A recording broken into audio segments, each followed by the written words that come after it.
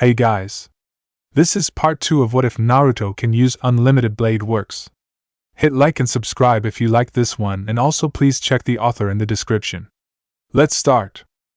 We are pain, that's all. We are God.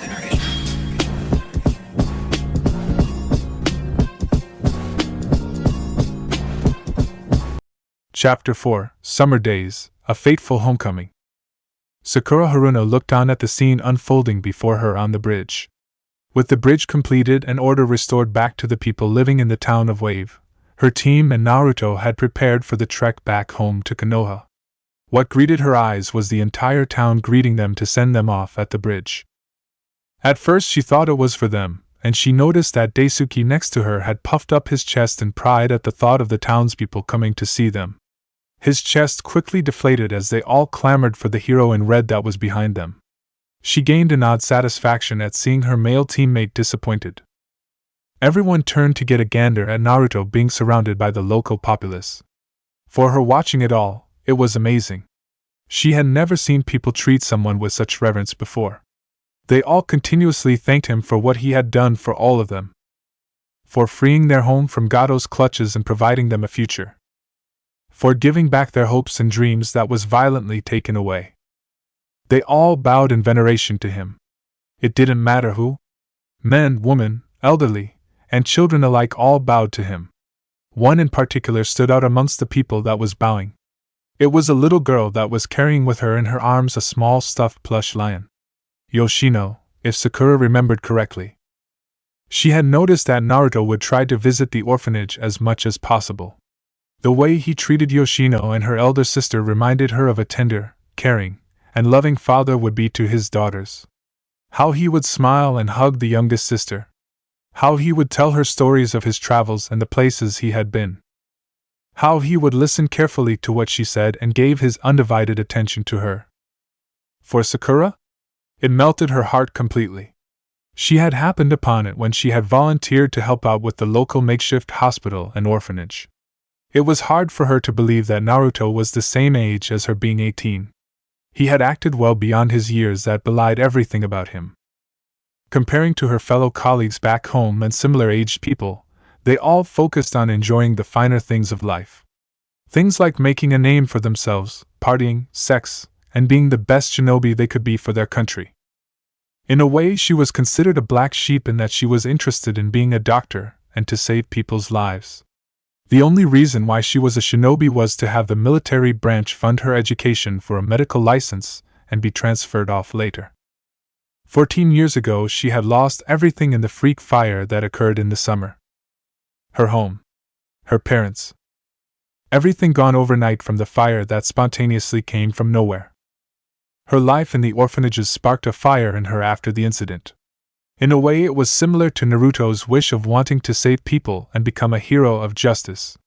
That day when he introduced himself to her team resonated something deep within her. How he had so resolutely believed in his dreams of being a hero to save everyone. That he would do any and everything he possibly could to save people.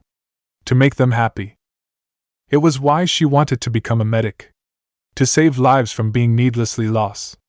She had the power, knowledge and intelligence to do so. That Sakura Haruno would do everything she could to save a person. Because of that, it separated her from her peers that were too busy enjoying other things than themselves. While others would go out celebrating and partying, she would be at her own meager apartment studying medicine and practicing healing techniques. Day in, day out. The pink-haired girl would take as much notes as she could from the books and hand guides written by the legendary Tsunade Senju and practice them. Fitting and molding them to her own style piece by piece. In the beginning it was agonizing and painful. There were many times she wanted to give up. Where she fell down and there was no one else to help her back up. But time and time again she got back up and steeled her resolve to chase her dreams. It was the dream to make sure no one had to cry if she had anything to say about it. Her eyes softened at the sight of Naruto smiling to everyone, especially to Yoshino. He closed his eyes and vibrantly smiled before bowing back to everyone. You all don't have to bow to me. I should be the one bowing to you all. Sakura tilted her head slightly at that. That was another thing she had noted about Naruto's character. He seems to have a distorted sense of values where he only finds self-worth from helping people without any compensation. Like the act of just helping them was its own reward. In her mind it begged the question: how scarred and broken was Naruto? She knew enough about herself that she was wired differently compared to everyone else, but Naruto took that a step further, and then some.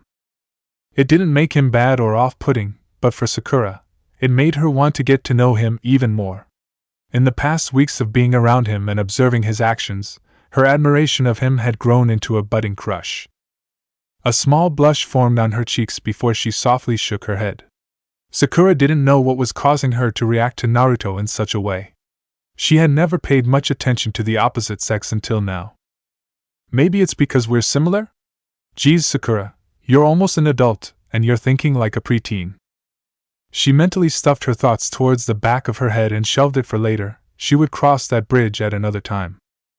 Looking around, everyone was looking at Naruto oddly before the little girl berated him, saying that's now how things are supposed to be and that he was being completely silly. She smiled at that. Yoshino was such a cute and vibrant girl after meeting Naruto. He looked sheepish and scratched the back of his head, still giving them his smile. "I'll miss you, big brother Naruto," the little girl said softly. She had walked up to him holding the lion in her right arm. The look on her face was a sad one, as if she didn't want him to leave. Naruto's features softened before kneeling down to her level and opening up his arms, inviting her for a hug. The orphan girl ran into his embrace and hugged him as hard as possible with her tiny arms. "Don't worry, when you miss me just remember this lion, okay? I'll be sure to write to you and your big sister as often as I can." Yoshino looked to be on the verge of crying before smiling. "Okay. Make sure you tell us more about your adventures, big brother. We're all going to miss you. Especially Shirley." At this she gave a sly look to her elder sister, who immediately blushed and looked away in embarrassment. He laughed softly like a father would and rustled her hair a bit gently. "I'll miss you too, Yoshino-chan." He smiled fondly. "I promise you that I will. I'll even try and send gifts to you and Shirley." He got up and walked Yoshino over to Shirley while holding her hand. "If you ever need help, write to me and I'll do everything I can, you hear me?" Shirley nodded. "I'll be sure to write to you as well, and also keep up with the flower you potted." During Naruto's stay he had gifted her a potted plant that was blooming into a beautiful white flower. It was a simple gift that he made out of an aluminum can with her name taped on it. He had apologized profusely for not making something better, but Shirley had loved it and promised at the orphanage that she would do her best to care for it, as it would be a reminder of him. 1. It was a gift not bought, but rather made from the heart, and for Shirley it made her cherish it all the more.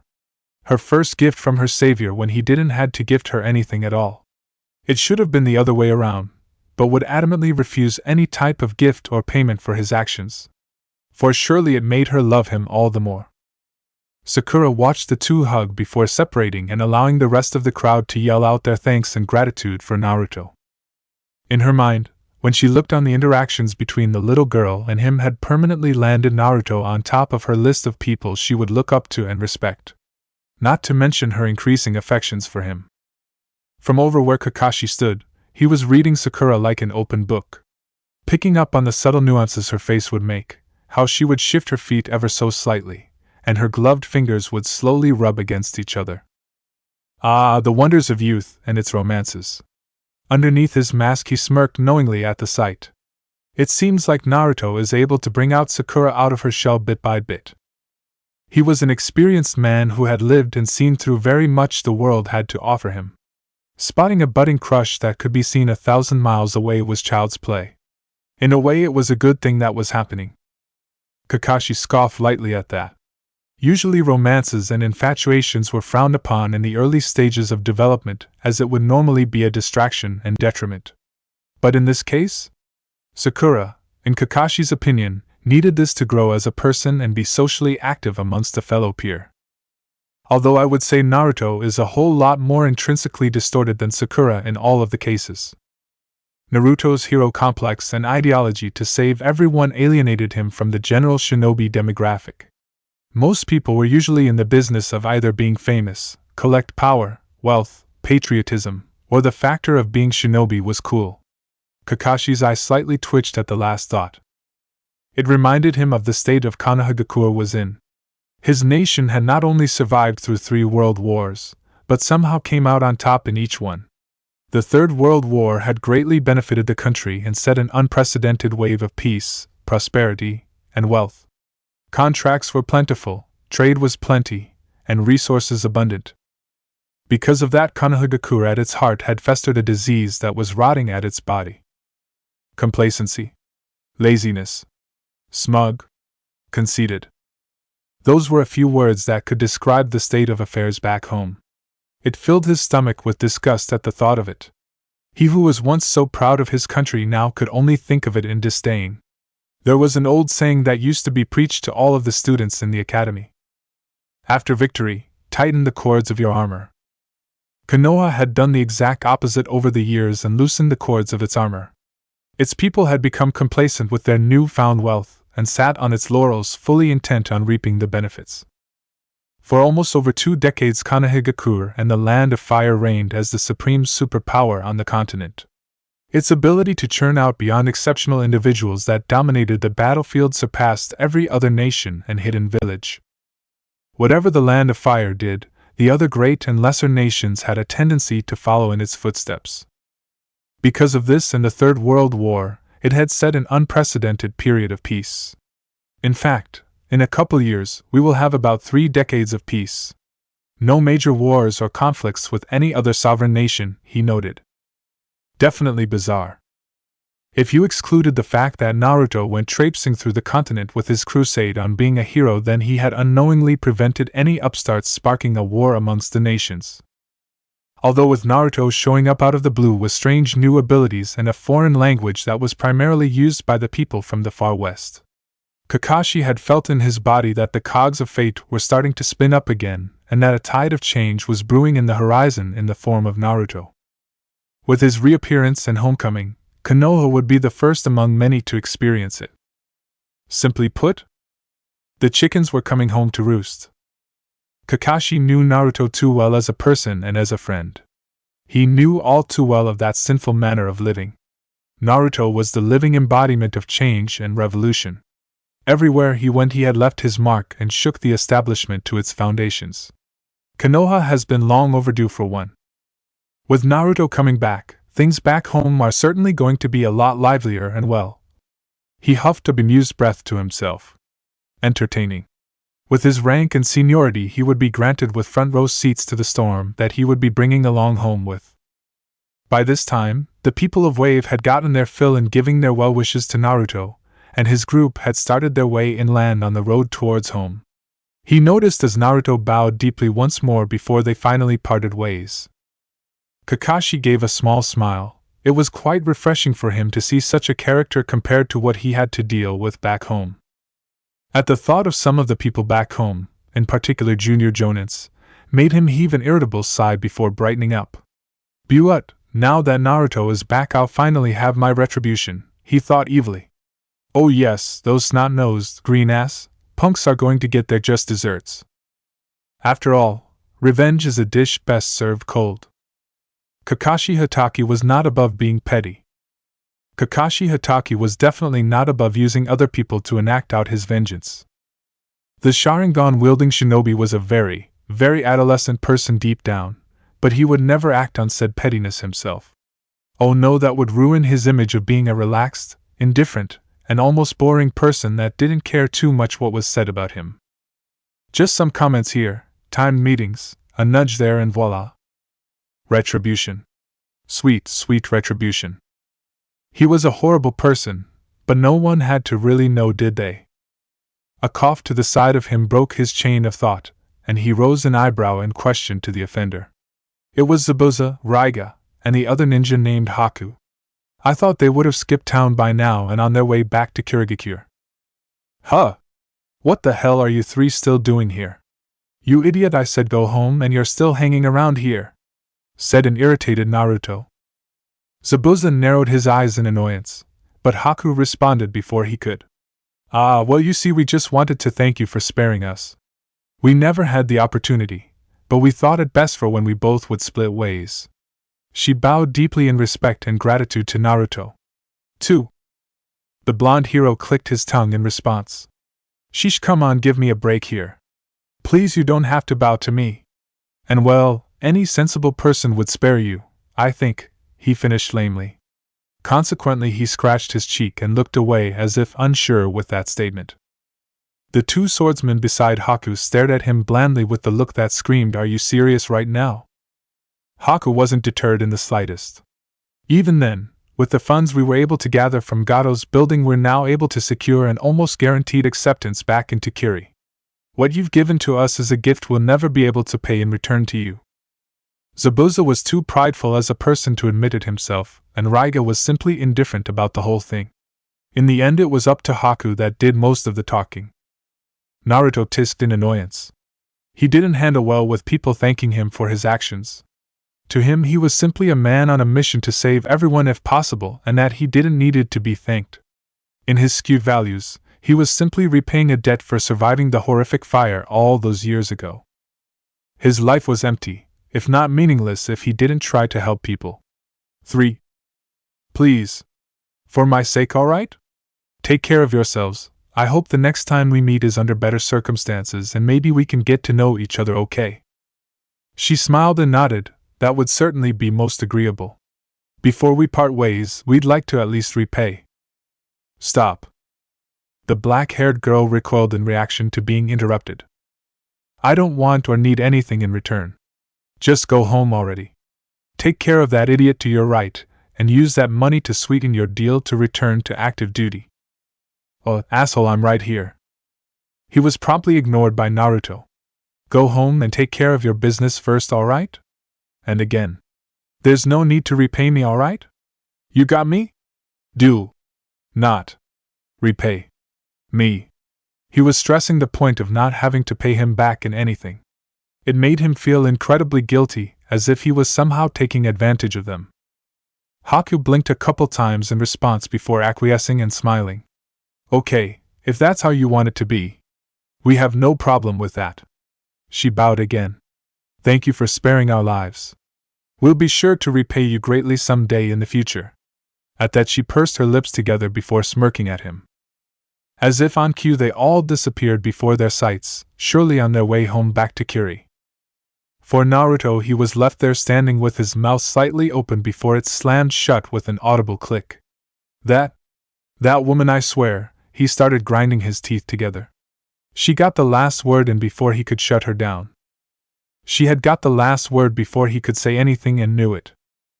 The next time I see her, she's going to regret pulling a fast one on me, I swear it. I'm going to skewer her into the ground, alright, and enjoy every bit of it. Kakashi laughed playfully at Naruto before patting him on the back. Come on, Hiro-san. Let's get going back home already. You can evilly plot away with your vengeance later. He received a grumble in response, in which he chuckled before moving on to the trail. His team, all too eager to get back home, followed in earnest.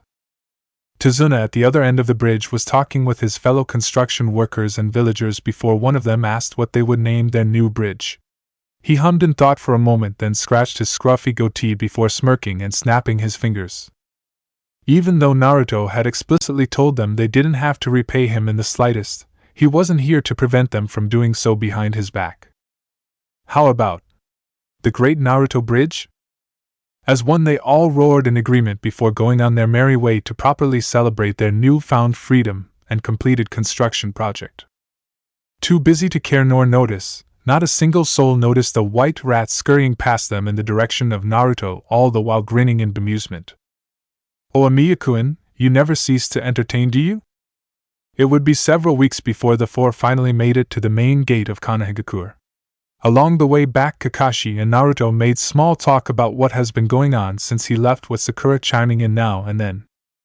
She made it poignant to stay close with them the entire trip and stuck particularly close to Naruto, though he hadn't minded the company Sakura had brought. On the other hand, Daisuke and Sasuke stuck together like white on rice and kept their heads down. Sasuke in particular had become reserved and quiet since the battle on the bridge.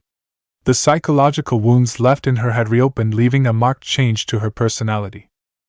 It was enough that it had taken an edge off her usual haughtiness, and replaced her demeanor with a pensive mood. Daisuke had been the only one that could still dig up her former self, but if left alone she would slink back into a more reflective state. Naruto had made several attempts to converse with Sasuke, but each try was shot down by either her staying silent or avoiding him outright. It annoyed him a little bit, especially with Daisuke trying to muscle him out, but he genuinely wanted to know if she was well. After failing, he had stopped trying for now and kept to Sakura and Kakashi after a week's worth of attempts. He'd maybe try again after they got over their teenage melodramatic troubles. He couldn't understand it, and he honestly didn't want to. When they arrived at the green wooden gates, it was a quiet and tame affair. For Naruto, it filled him with bits of nostalgia as he vividly remembered the first steps to his adventures around the continent. While Kakashi had checked them in, he took a moment to take a gander around himself, and he couldn't help but smile to himself and chuckle. It was loud enough that it brought attention to himself. Kakashi brought an eyebrow up in question, wondering what was humorous. It's been over 4 years since I stepped back through these gates, and not a single thing has changed since. He placed a hand on his hips as he kept looking around. Same old bland green gates with the big "Oh welcome" sign painted on there. I remember some talk back in the meetings about upgrading the gates, but I guess they never got around to that, huh? He was softly musing to himself and had an air of open conversation, allowing anyone to chime in, but no one did. Well, I finished up the paperwork check-in for all of us. He turned to his team. You 3 can take it easy, head home and unpack. You all deserve a bit of rest. I'll make the mission report with Naruto over here. Kakashi jerked his thumb over to his side. His team looked at him funnily in response. It was out of character for him to be enthused to do his work in front of them. Usually he was fairly laid back about his job as a teacher, but it seemed like he was personal investing in this. Me? Seriously? Come on, I wanted to see if the house is okay and stuff, complained Naruto. I haven't cooked in ages and I gotta check the gas line and pay off any bills that's probably been piling up. From there on he started droning on about his newfound chores and listed every single one of them. You can play housemaid later, Naruto. Besides, Sandaime-sama hasn't seen you in ages. I'm pretty sure he'd be pretty happy to see your ugly mug again. Naruto looked as if he was offended and scoffed. Housemaid? Really? Kakashi, if I remembered, your apartment was a literal piece of shit except for your shitty bookcase filled with shitty porn novels. You're just as bad as Ankone when it comes to cleaning and taking care of yourself. He started listing things off from what he remembered with his fingers. There was the garbage, which I took out for you a lot of times, the piled up paperwork on your desk which I would file away for you, your dying plants, your expired dog food that was piled up, dusty ass old scrolls. Boxes filled with junk trinkets that you're too lazy to throw out, piled up dishes, and a refrigerator that hadn't been cleaned out in ages. Through it all Kakashi's eyes smiled and he took it all in stride. My apartment has never been cleaner since then. Thanks to you now I just chuck things out the window if I don't need them. The blonde rolled his eyes. Well, that's somewhat a step in the right direction, I guess. Alright, you 3. Scram already. You have today off before we have our next team meeting. Sakura bowed before heading back to her apartment, while Daisuke sneered and Sasuke merely looked away and followed her lover back his house. What a great team you have here. Are you sure you aren't a babysitter, Kakashi? Shut it, Hiro-chan, and let's go. Naruto merely smiled and flourished a salute, joking around with Kakashi before being body flickered with him to the administration building. Sarutobi Hiruzen, the Sandaime Hokage, god of Shinobi, and the scholar of ninjutsu colloquially known as the Professor, was a tired and aged man. He had survived through countless battles in his long life, ranging from the end of the Warring State period to all 3 of the world wars. One could consider him incredibly fortunate to have been long-lived in a lethal profession that guaranteed death. In reality, the reason living for so long was sadly built upon a foundation of thousands of bodies, both friend and foe. The elderly shinobi had seen allies sacrifice themselves to protect the ideals of his home, and personally slain 1,000 more to defend it. For over 40 years he has guided the village under his vision. His reign would be remembered as one of the longest and perhaps the most tumultuous. In his opinion, he was no longer fit to lead the village in its stead. There was a reason why he had the Yondaime Hokage take over to allow a new generation to lead filled with new ideas and bright dreams. They didn't need an old relic like him that came from a bygone age leading the village anymore. He tapped his pipe, emptying the contents before refilling and lighting it. The aged leader coughed a bit before lightly puffing on the pipe. His physicians had warned him to not smoke too much in his advanced age, but he couldn't be bothered to give a damn. Turning towards the window that gave him a perfect panoramic view of the bustling village, he gave an old man's sigh and rubbed his forehead. I'm getting too damn old for this. He chewed on the pipe while drinking in the sight before him. Minato-kun, it should be you that's sitting here while I retired, spending the rest of my days playing shogi and smoking. I need to find another successor soon, someone more competent and youthful compared to this bag of old bones. That was a headache itself, trying to find a suitable individual to take up the mantle for him. There were only a handful of people that were qualified for the job, and all of them didn't even want it. Shimura Danzo, both his longtime friend and rival, even declined the position, citing that his management of the Black Ops division was too time-consuming and finding a replacement for that would be a nightmare. Sarutobi had known how long his old friend had coveted the position, and even for him to decline astounded him. After he had mulled it over, he saw the other reason why he had declined. The Ministry of Economy, Trade, and Industry, or METI for short. 4. First, let's take a step back to see the fundamentals and foundations that formed the basis of the government of Konohagakure no Sato.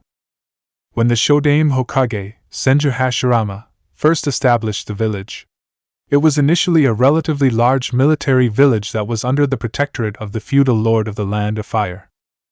Over the years it had grew well beyond the concept of a village, and into a bustling city that had massive walls and was able to protect from marauding threats such as bandit warlords and piracy.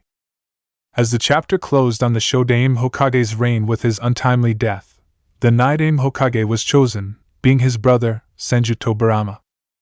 He enacted reforms and officially placed a constitutional monarchy in which the daimyo still had effective power over in his capital, but they had replaced, by and large, the military, legislative, and judicial branches of the government with shinobi over in the village. The system wasn't perfect and had started out rough, but as years progressed into his reign it changed and adapted to meet the needs of the people under its protections and became the model in which other villages used.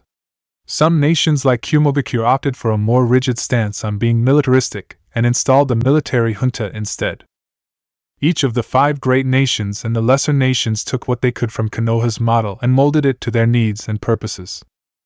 The Kages over the past century or more had effectively become the representative military commander of its respective nation, akin to a shogun. While the daimyo directed the general economy, settled disputes with other lords, communal with other nations dealing with international matters, and other ceremonial duties that he was entitled to for being the ruler of the lands. There were 2 main cities that each side ruled. The traditional capital that the daimyo occupied with his contingency of samurai, a shigeru, and select shinobi to protect him. And the walled and military city where shinobi trained and made the bulk of its respective nations' forces and which its respective kage would command with. Now with the bulk of the government located in Konohagakure and with a large civilian population to fuel its recruits into the shinobi sector. There were parts or ministries where there was a mix of shinobi and civilian or strictly of civilian or shinobi. There was the aforementioned METI.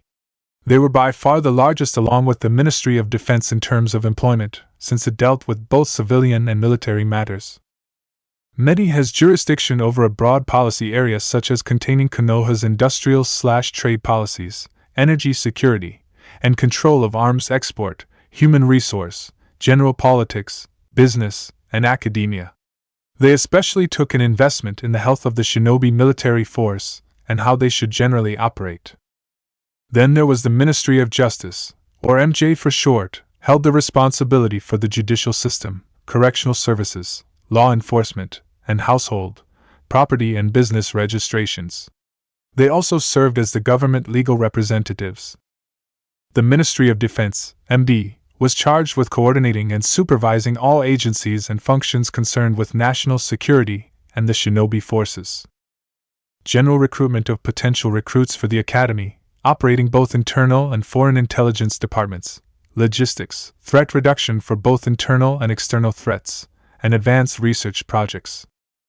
And lastly, the Ministry of Foreign Affairs (MFA) handled the state's diplomacy, provided support for the country's citizens who may be abroad, improvement of the profits of Konoha and its nationals, maintenance of peaceful and safe relations in other countries, and its international diplomacy and policies.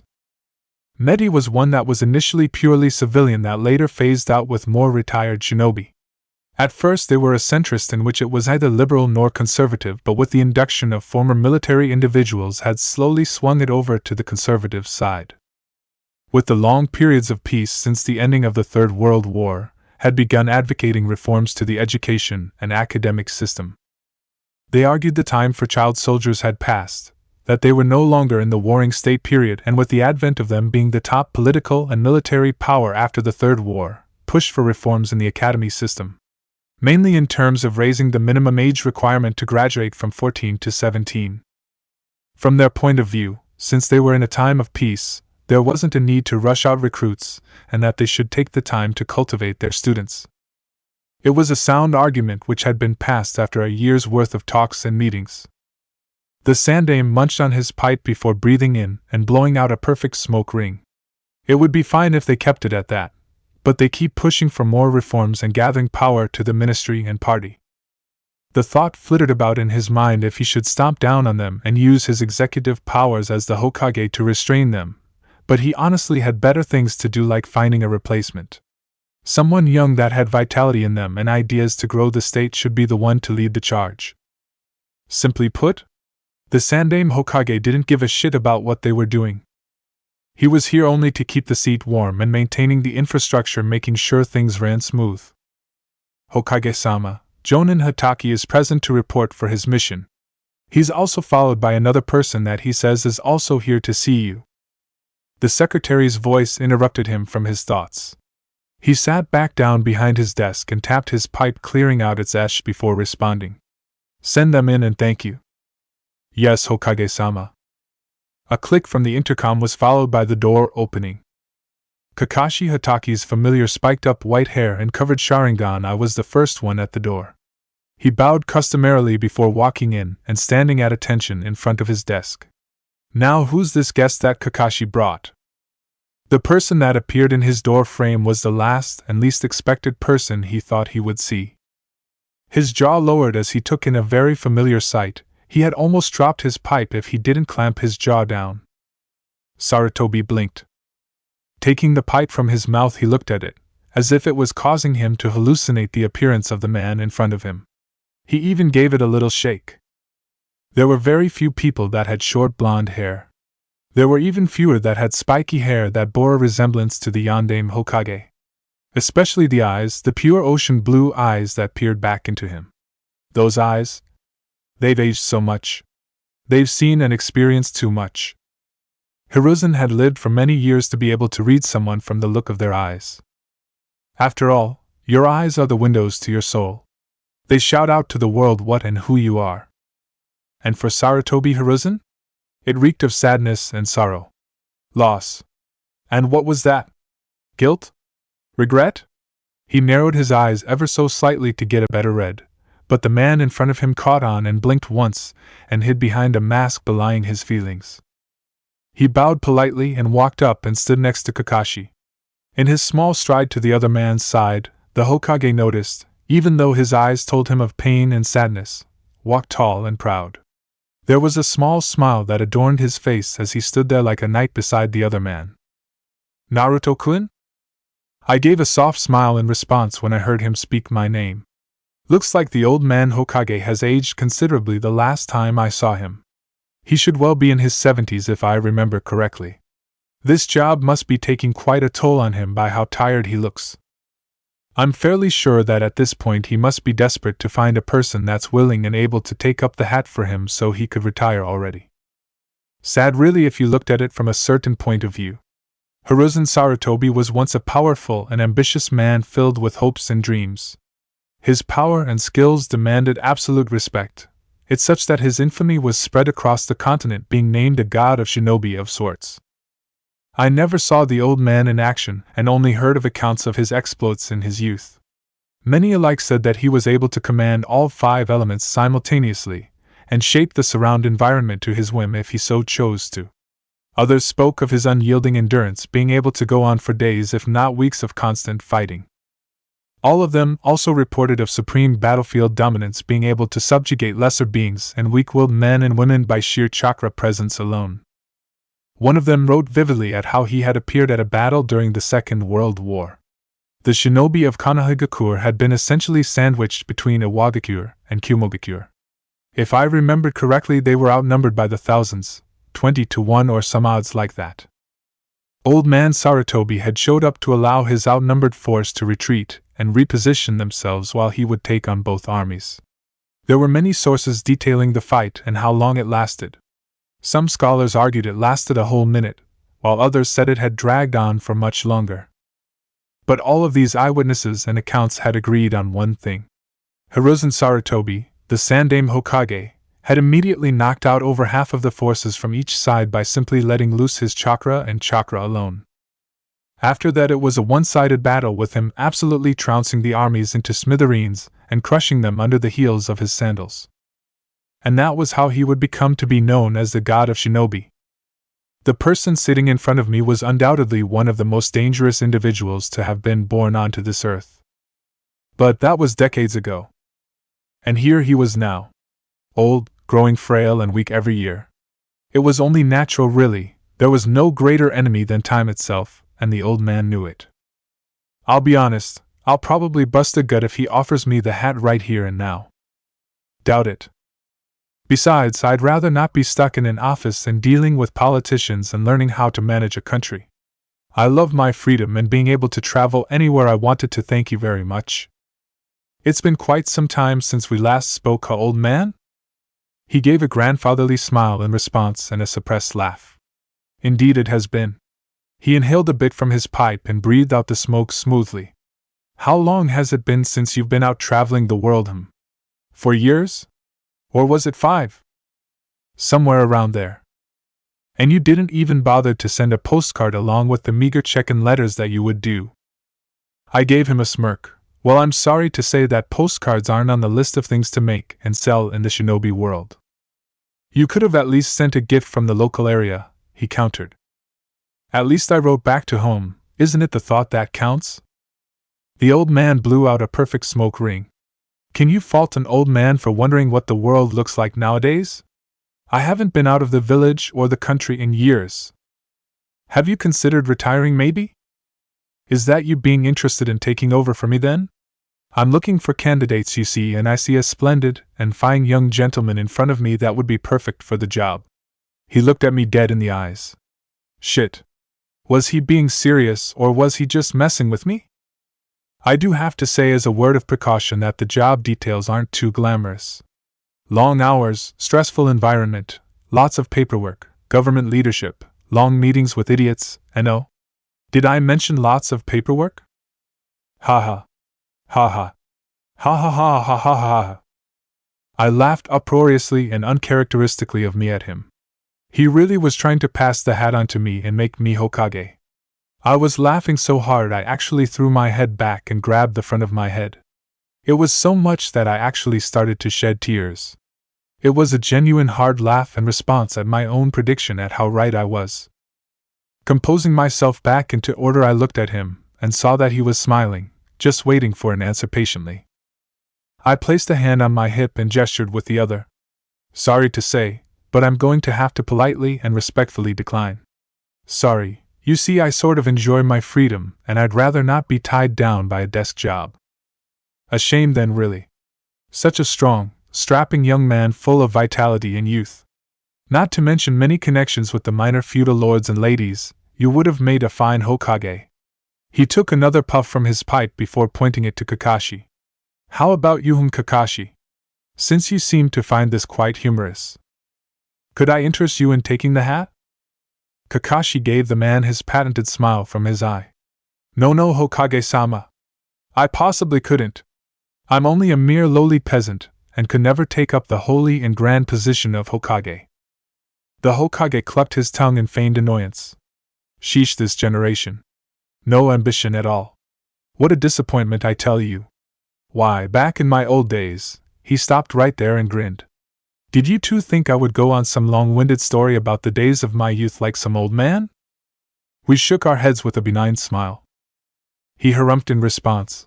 Looks like I still need work on my old man skills. Yeah, you do, old man. It sucks. For an old man, you don't really do the whole old man thing well. How rude. It seems like you've developed such a sardonic personality, he noted. Oh? With how old you are, I thought you wouldn't notice. Guess you're not that old, huh? And being an annoyingly sarcastic punk to boot, he responded dryly.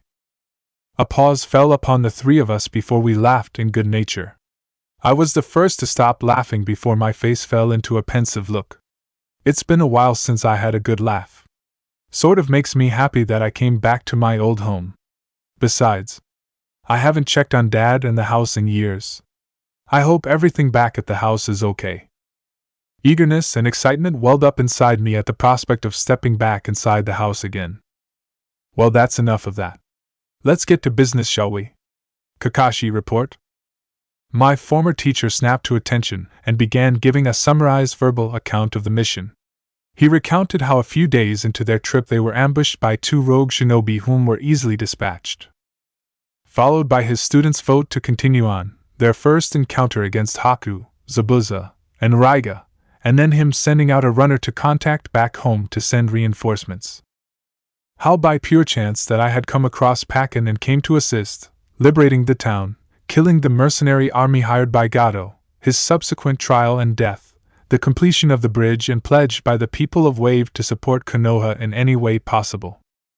Throughout it all I listened in here and there, but I noticed Kakashi had left out a few rather peculiar details such as my abilities. I didn't raise an eyebrow at that, but I guess he wanted to talk privately about that, I suppose. He probably has a crap ton of questions. I know I would. I also noted that Kakashi made comments about Sasuke and Daisuke particularly. Oh, I could tell this was going to get juicy.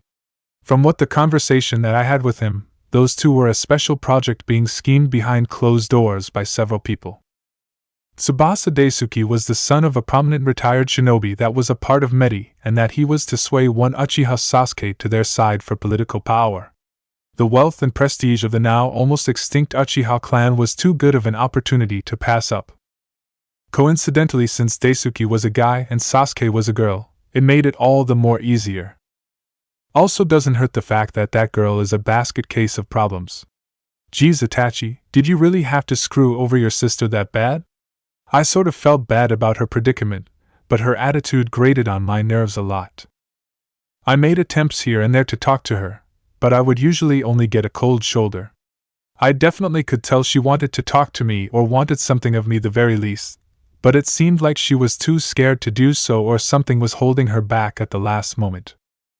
At the back of my head I felt a headache begin to bubble up just thinking about it. Why does things have to be so complicated back home? Now I sort of regret coming back home. Sort of. Nah, not really. I might as well try and fix whatever is going on at home. Set things straight and, well, prepare to head back to the west.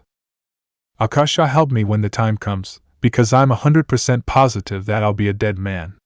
Probably experimented on, then killed, then resurrected, and then killed again.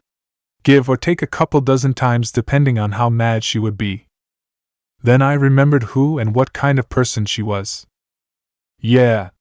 I might as well prepare my grave now then. Naruto? Huh, was my intelligent response. Smooth move, moron. I was so lost in my head that I didn't even pay attention to anything that they said. Shit. How deep in thought was I? You tired, Naruto? Asked Kakashi. I rubbed the back of my neck tiredly. It was all starting to hit me and I hadn't had a good night's rest in a while now. Yeah, I've been traveling for a long while now, sorry about that. I sincerely apologized. You two don't mind if I head back to my house? My list of chores is building up quite a bit, and I would like to get a head start on them.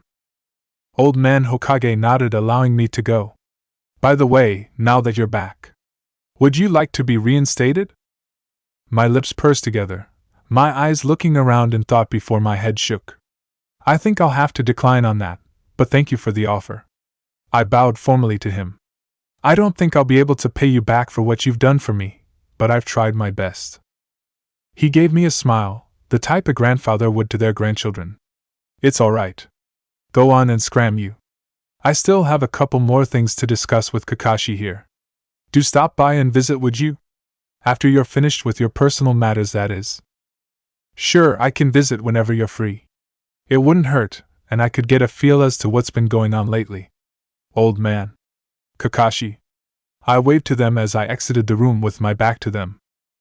Walking through the halls of the administration building, I heaved a great sigh that I had been holding. I was tired, just so very tired. I felt drained both mentally and physically. Bringing up my right hand, I clenched it a couple of times.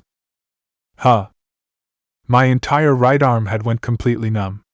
The red holy shroud that was wrapped around it to seal it off was still tightly wound onto the limb. Clenching my hand some more and flexing my arm, I couldn't help but grimace when I felt the familiar sensation of being cut and stabbed in the aforementioned limb. At first on the bridge it felt like it was burning, and now it was getting worse. Luckily this hallway was fairly empty, so no one saw me lean against the wall for support. My breathing started to get heavier, and I started to break out into a cold sweat at the pain. Closing my eyes, I concentrated breathing to calm myself. Breathe in. Breathe out. I needed to get home pronto. I can't afford to waste any more time, seeing as how my arm was getting progressively worse. The pain was so much that for a fleeting moment, the thought of cutting it completely off came to the forefront of my mind. But that would probably make everything a hell of a lot worse for me than it already is. Gah, this arm. It was hard to even speak now. Is a real pain in the ass. I need to get into the workshop as soon as possible, or else I'll find myself actually attempting to lop the damn limb off just so I could get rid of the hassle that it brought. The two men that were still in the office waited before they felt Naruto's presence was out of the building before they resumed talking. All right, Kakashi. Give me the complete assessment. No bullshit or anything else. The silver-haired man mulled over the choice of his words and how he would bring it up. It was a delicate matter that went far beyond even his high-ranked pay grade. Because of Naruto, he felt that he was now playing in a whole new ball game and stepping into another world that he didn't have much knowledge on. Quite frankly, it frightened him a little bit at what he thought Naruto got himself into. Well, you see, Hokage-sama.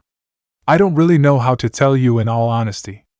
I feel like I just accidentally stumbled upon something that I shouldn't have. All he got in response was a raised eyebrow. I think Naruto has gotten himself tangled up in some serious and sensitive matters. On the bridge he uttered words in a foreign language. The one typical spoken by people that hail from the far west. I've only rarely came across people who spoke that language in the form of priests from this holy church?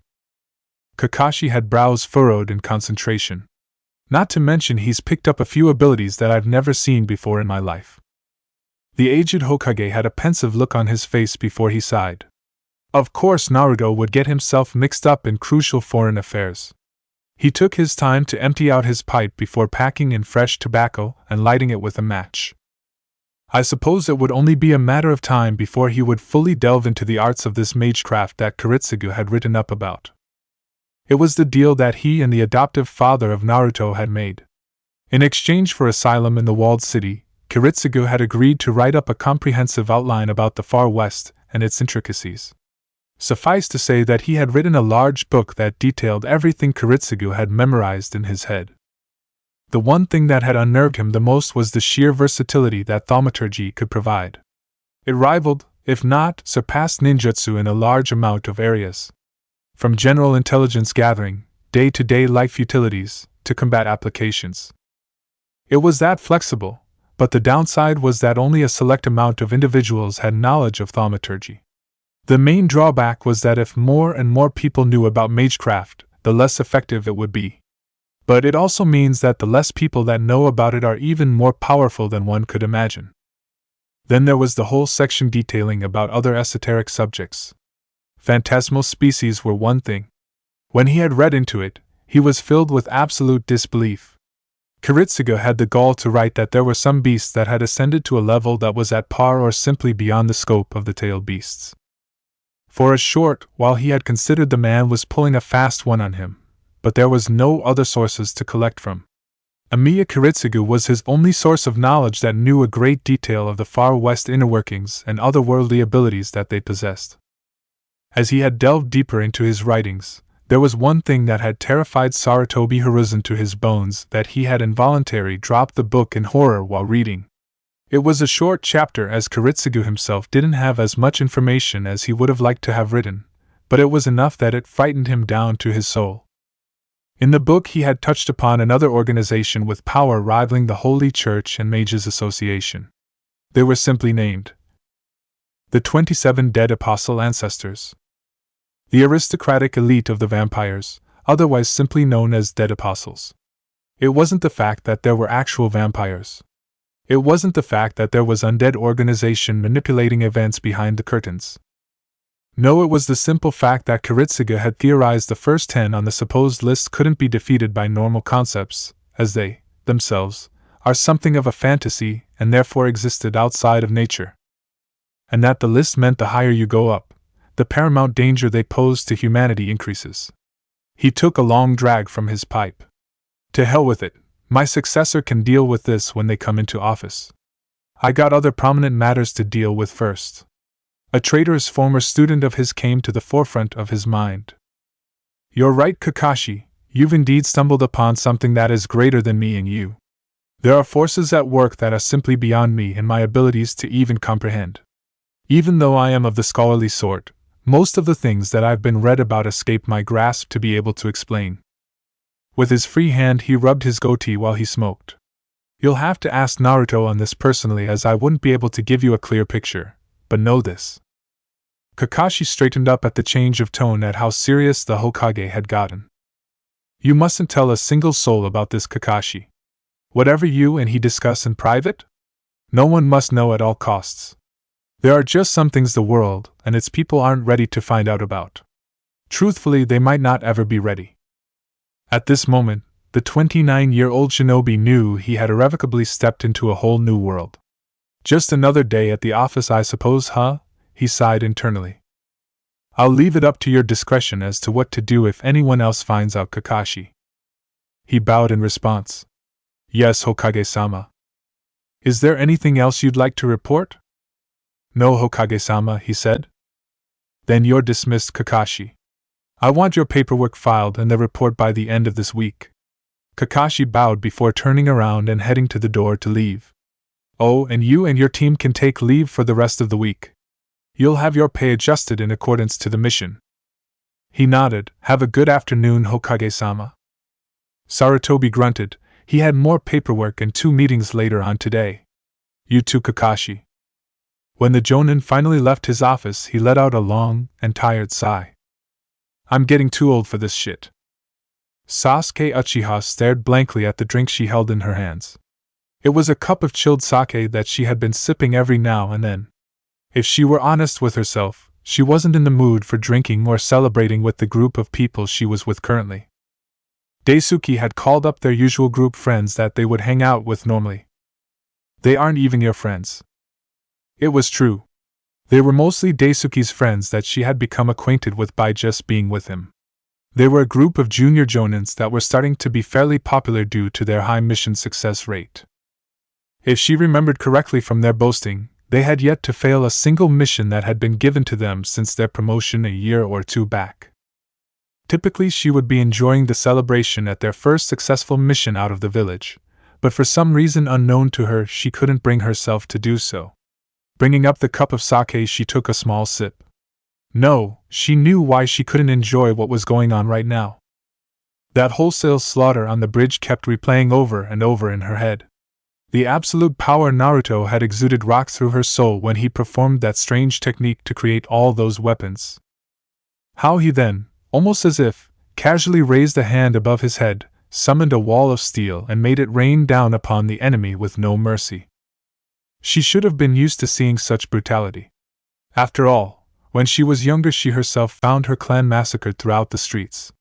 But then again Sasuke had only found the aftermath of it.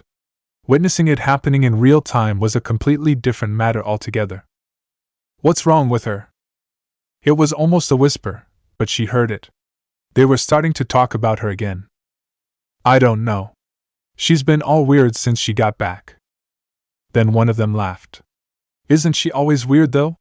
Hasn't even talked at all since the party started. You think her and Daisuke are having another spat? Maybe? At least it makes him free for the night though. Sasuke could feel the smirk roiling off the one girl that had an interest in the person she was seeing. There was a total of 8, if you included Daisuke and Sasuke, which were celebrating in the room. An even split of males and females, with all of them huddled into their respective groups to chat and drink except for her. The comments being made that usually brought a response fell on deaf ears. There was a new and pressing issue that she had to deal with currently. Like working up the courage to ask him to tutor me or give any tips. The dark-haired teen felt stupid ignoring Naruto when he came up to try and converse with her. It would have been easy since he came to her, but now she had to go to him. In a way, she lost home field advantage and would now have to venture out onto his territory to ask for a favor.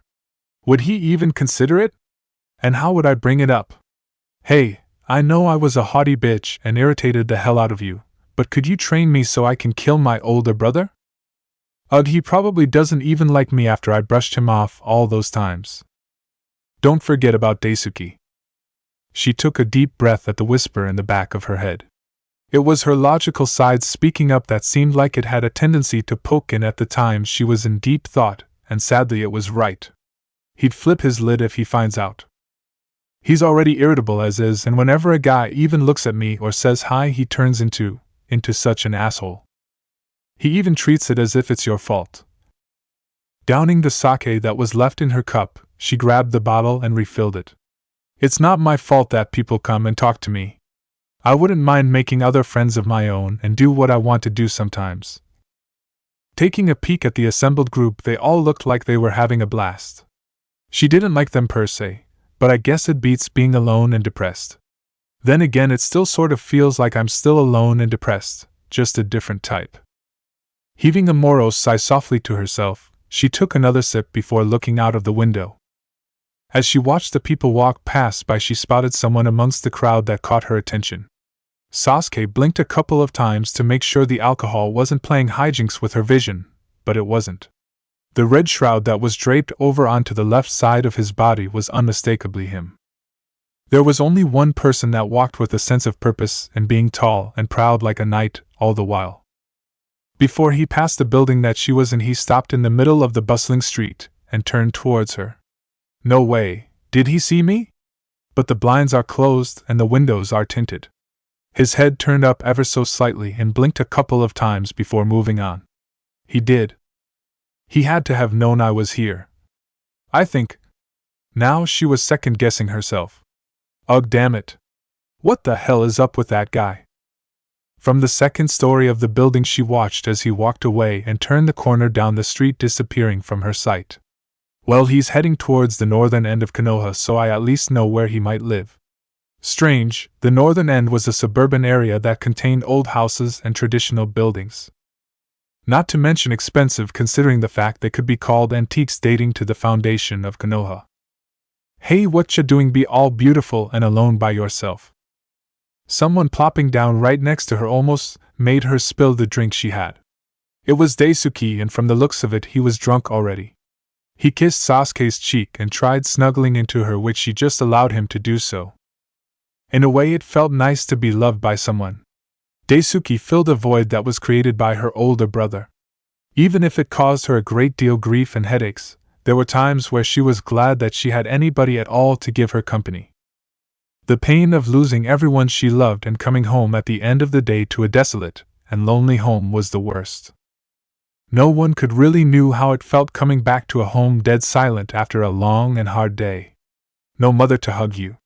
No father to recognize you. No brother to cry your heart out to. It was a personal hell that she suffered for years until a young boy had gotten the courage to try and hang out with her. From then on, she clung to it like a lifeline. That someone had stepped into her life and filled the loneliness in her life. Even if at times he would cause her pain, she would still be with him. Even if at times he would be absolutely deplorable, she would still be with him. Because deep down, she was still a little girl that feared being alone. That in her mind, it was better to have bad company than no company at all. Anything was better than enduring alone in your own hell all by yourself, she reasoned. Why suffer alone, when you could be among others and hide your pain behind a veil? A diversion was the best thing one could use to hide the agony after all, and Daisuke with his group of friends provided the most perfect distraction of them all. Scurrying in the shadows, a small white rat skirted along the streets following the hero in red back to his house. It kept a large distance between itself and the human it was tailing after. All along the way, it communicated to the other rodents using its heroic and idle status to gather its power base and spread its influence upon the walled-in city. It was easy enough with it being popular with communities in narrow spaces underground, on ceilings, boards, in drainage conduits, sewage systems, and even behind the furniture. After all, what rat could deny such a kingly and beautiful rat with a crown and cape? By the time the day would be over, Konoha's rat population would be under its total control. 5. As it traveled through the city following its target, it couldn't help but stop at moments to admire the location it found itself in. A charming and fascinating this place is. No wonder Miyakuen is here. There's almost no pollution in the air. Everything here is natural. The sight of the faces carved into the granite mountainside above the red Capitol building was a wondrous thing to behold the rat's eyes. The white rat made sure to take note of any and all possible routes for escape in the event things would go south if it was found by the local shinobi, but the probability of that happening were impossibly slim.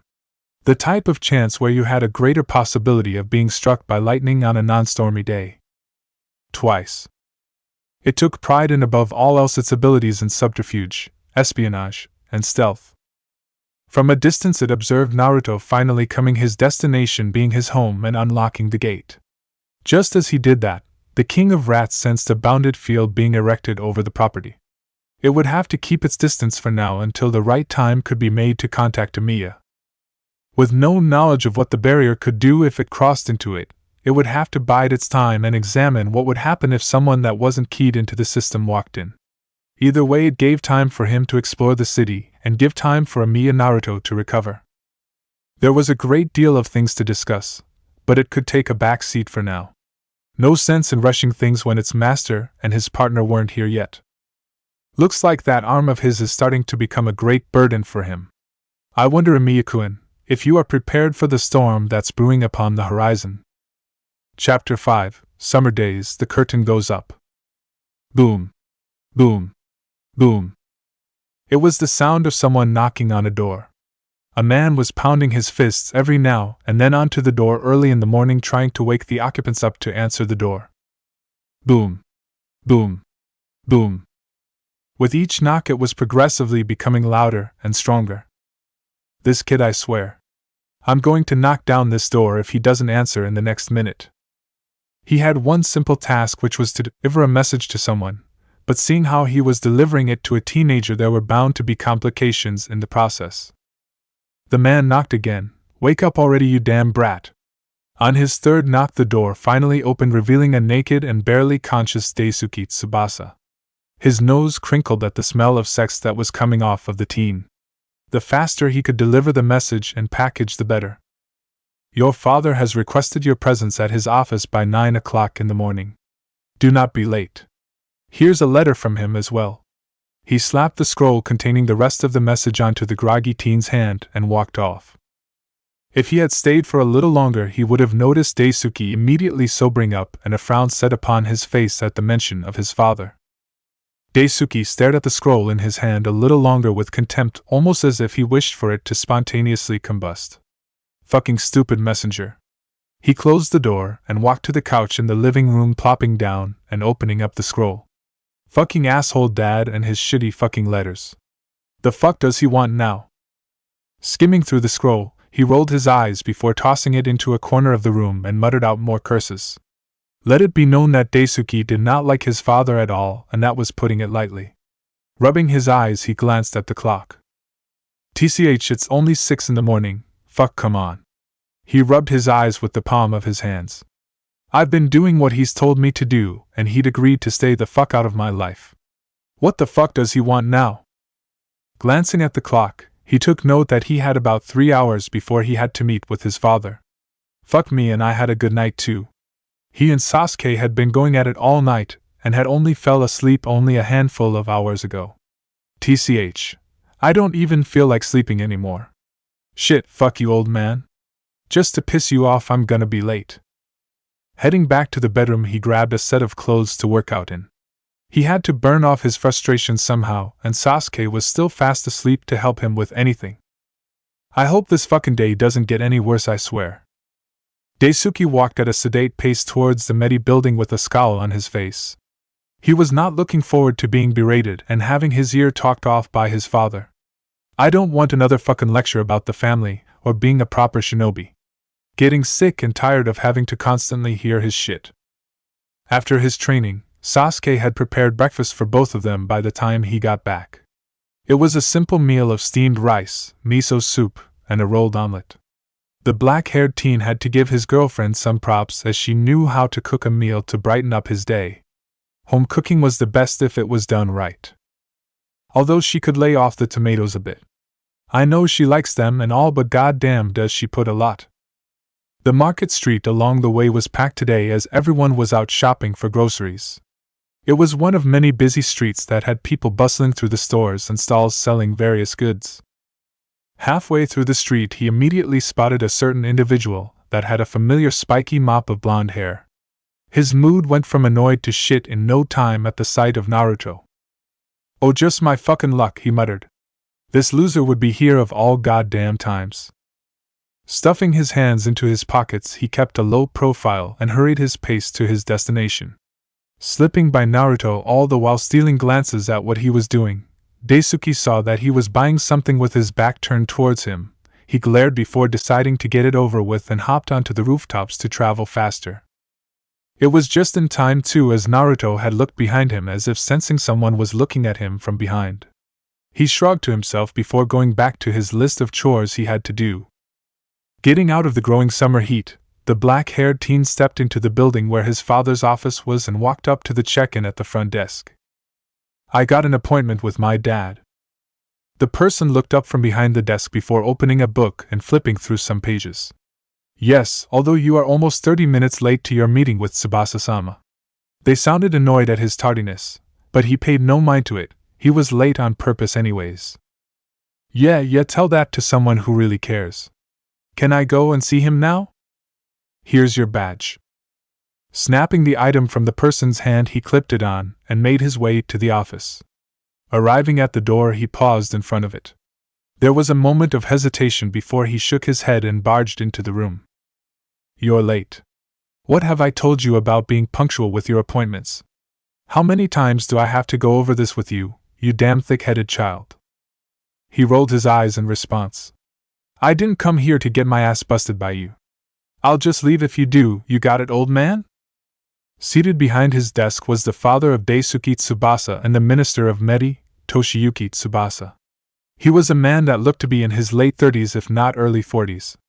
Black hair cut and styled militarily, he was of average height, with a grizzled face that had seen too much death in his life. As befitting his status as the minister, he wore a plain black and white kimono with a small red crest emblazoned on his right and left side of his chest, signifying he was the ministry leader. 1.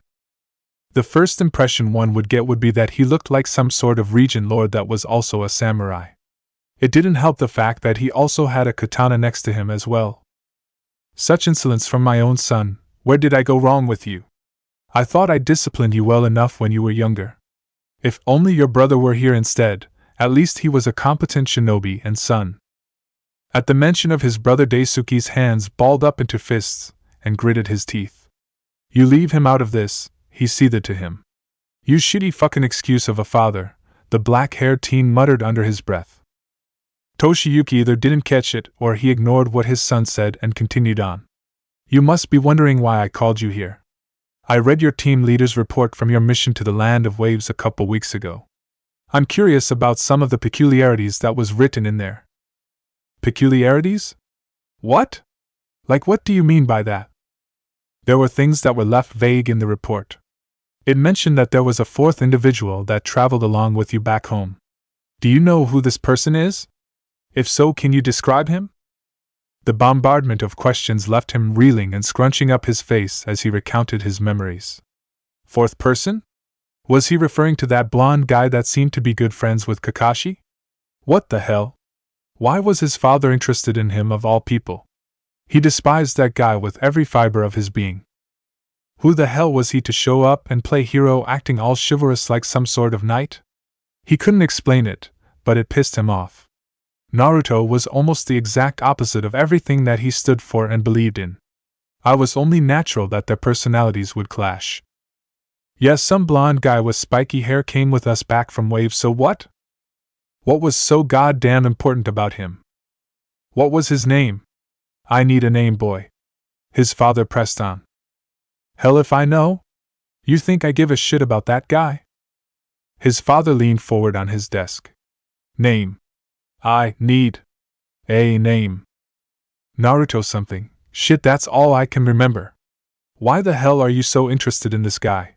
He's some no-name that came out of nowhere and helped us. The head of Medi leaned back in his chair with a contemplative look on his face. Naruto, he tested the name out. Naruto, huh? Frustration was beginning to build up inside him. Yeah, Naruto, are you going to tell me what's so important about him? He was getting tired of having to talk, let alone mention that guy's name. No. No? What the hell do you mean no? Leave. You're dismissed. The information you've given to me is enlightening and I'd like to reflect upon that in peace. The rebellious teen tisked in annoyance loudly. Yeah, you're welcome, you ungrateful asshole. He walked out and slammed the door on his way out, not giving his father time to give a response. Too bad his father ignored his outburst and opted to focus on the familiar name.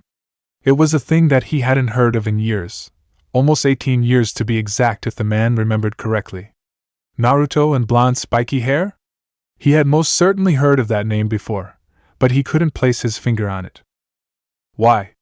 I haven't heard that name since Minato Dash. He stopped. In his mind something clicked and the pieces started to fall into place. No, it couldn't possibly be, could it? Reaching into a drawer, he pulled out an old portrait that had 4 individuals smiling into the camera as their picture was taken. One was his wife when she was a child. The hulking man with white hair and red lines coming down their face was Jiraiya, and the other was a spiky blonde-haired kid with bright blue eyes. Toshiyuki's body shook with mirth as it all started to come back together for him. Of course. How could I be so ignorant? Later on he would have to check with the birth records and the academy registry to be sure. A smirk settled on his face as he remembered a fitting quote that he had read from a holy scripture called the Bible. And so, the prodigal son returns home. I turned around just in time to catch a glimpse of the person that was staring from behind me. Huh! Was that one of Kakashi's students that was just there? It was the male member of the team, Daisuke. I could feel his glare from a mile if I wanted to. Didn't help that he radiated his annoyance with me like a neon sign. Oh well, not my problem as I had other things to do on my checklist. Dealing with some guy that had a problem with me was not on it. Alright. I got the snacks and the groceries, time to make my way back to the house. I've been a busy person since I got back, sorting out my personal affairs and doing information research. The house had been kept tidied up by the Hokage ever since I left with the services of newly minted shinobi from the academy. They did a fair job at keeping it clean and pristine while I was gone, and thankfully they never entered the shed. I should probably find something to thank the Hokage for keeping up with the residents. I'll worry about that later and figure out something suitable. The paperwork was a pain to deal with, trying to sort out the Amiya estate that had been left untouched for almost half a decade now. I couldn't imagine doing paperwork every day like the Hokage. I'm surprised he hasn't went insane from the amount he has to do. My personal research, on the other hand, took up most of my time since I've been here. Digging through the government records was not something that I enjoyed. Reminds me every time why I'm not much of a bookworm. I had my own personal leads from the notes that I brought back with me, but even then trying to shift through over 100 years' worth of information took some time. It was only a matter of time before I found what I wanted. By then I should have everything tied up and can head back to the other side of the world. At most I would be spending a few months, maybe half a year, but no more than a full year to finish my business here. As I walked up the street leading to my house, I saw someone standing in front of the gate. It was Kakashi reading his book. "Good morning, Kakashi. Is there something that I can help you with?" He greets me back in his usual lazy way. "Mind if we head inside first?" "Sure."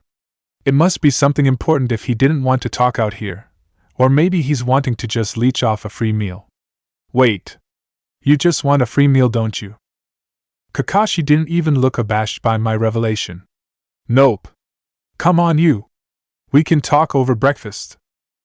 I sighed as he ushered me into my own house. I guess some things never change, do they? Situating ourselves into the living room, I got to work on the meal. Nothing fancy, just broiled salted salmon, steamed white rice, miso soup, a little bit of pickles for the sides, small folded omelet, and steep some green tea for drinks.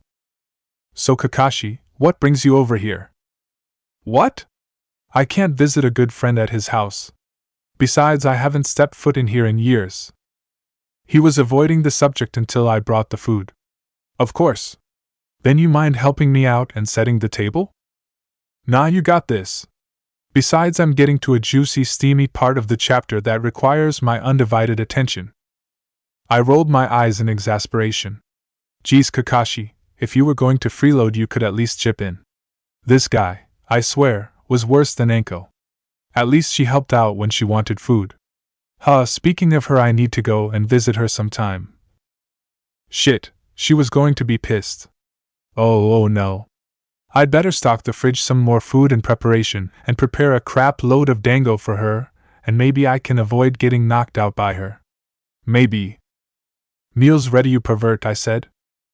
Finally. I don't remember you taking so long all those years ago, Naruto. Yeah, enjoy the meal, you freeloader. We both gave thanks before digging in. So, what's so important that we had to be inside to talk? The Chunin exams are coming up soon, a couple of months. I'm submitting my team's application to be included in this year's trials, so I need some help preparing and training them. Well, I had to give it to him for being blunt and straightforward. But why do you need my help? You're a capable teacher. Look at me, for example. He pointed me with his chopsticks. Yes, that's you, Naruto, but they aren't you. You're an exception to many things, and my team aren't a part of that. This year's contestants are going to be grueling and the most highly profiled to be hosted in Konoha in years. Highly profiled, huh? I suppose so. Apparently this year's batch of academy graduates come from a high pedigree, being a lot of prominent families. Uchiha, Hyuga, Nara, Inuzuka, and Yamanaka, to name a few off the top of my head. Yeah, this trial was going to be intense. I got a lot of people breathing down my neck to have my team to blow the exams out of the water. I gave a little sympathy to him. That must be a lot of pressure than to have them perform well. No kidding, he snorted. And not just perform well, but with flying colors, Naruto. There's going to be a lot of dignitaries that'll be visiting us, and they expect me to have my team put on the best performance for them. No pressure, right? If I were honest, I could barely remember my own trials. At that point in life, I was fairly determined to get through the system to gain experience and knowledge, and then leave it. I wasn't trying to be a shinobi. It was never my goal in the first place. It only provided the tools and resources for me to actualize my dreams. I can help you to take off some of the weight on your shoulders. Don't know what I'll really be able to do, but I'll try my best. You remember that little stint back at Wave? That's what I need for the next couple of months leading up to the trials. We're going to have to prepare them to crush the other teams that will be participating. Yeah, that's asking a steep price. Even the ones from Konoha? Yes. Even those from our own nation. Well, damn, Kakashi, that's pretty brutal of you. Haven't seen this side of yours in quite some time. How come? Pride as an instructor? Rivalries with other teams? Got a point to prove or something? Maybe a bit of grudge?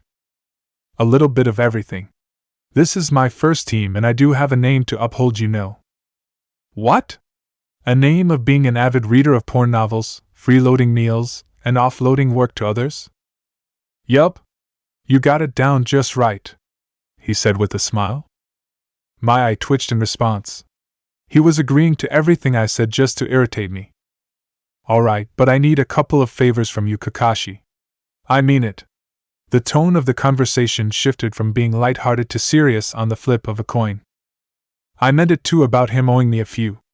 There were going to be a couple of things that I need from him to continue my research. Information and records that I wasn't privy to for not being an active shinobi any longer. My privileges as a retired jonin could only stretch so far, but Kakashi's rights extended past mine by miles. Former Black Ops squad leader and senior-ranking jonin allowed him access to records that were stricken and blacked out that I could prove to be useful. Kakashi took note of the sudden change. Favors? What kind of favors are we talking about here? Information. Records. Data.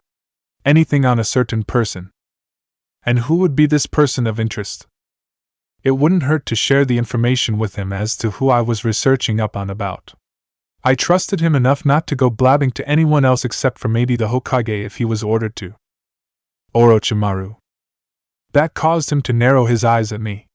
Any particular reason why? That's some sensitive information for me to dig up for you, Naruto.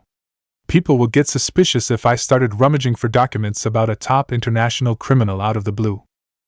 Now I'm a little conflicted if I should drag a friend of mine into the world of magi. The abilities I showed on the bridge could possibly pass off as ninjutsu, but this information was sensitive and was a whole lot bigger than me in the grand scheme of things. I sighed. Damn it, why do things have to be so complicated? Look, it's just a hunch of mine, alright? It's nothing too concrete or anything until I get that information that's locked above my rank. I promise you I'll share what I find out with you if anything comes up, alright? He wasn't satisfied by the looks of it. Look, what more do you want? Quid pro quo. If I exchange the information you want about Orochimaru, then I want some questions answered fully that's been going around in my head. I agreed to his terms. Hopefully they won't be much. After I get you your classified documents, I want to know your dealings with the Far West, and its associations like the Holy Church, and whatever the name is of that other group. My eyes closed and blew out a breath. I should have seen this coming. One way or another he was going to get himself tangled in all this mess with the Mages Association and the Holy Church. I might as well do my best and agreed to his demands. I'll see what I can do then to get my hands on anything that might seem useful for you. You'll have what you want in a month or so depending on how busy the Ministry of Defense gets leading up to the exams. Remember our deal. I scratch your back, you scratch mine. I nodded and thanked him for his help. This should help immensely with my research into some sensitive matters and speed things up considerably. By the time our conversation ended, we had already finished our meals and had been sipping on freshly brewed tea. It was matcha green tea, one of my favorites for a meal to help settle the food in the stomach.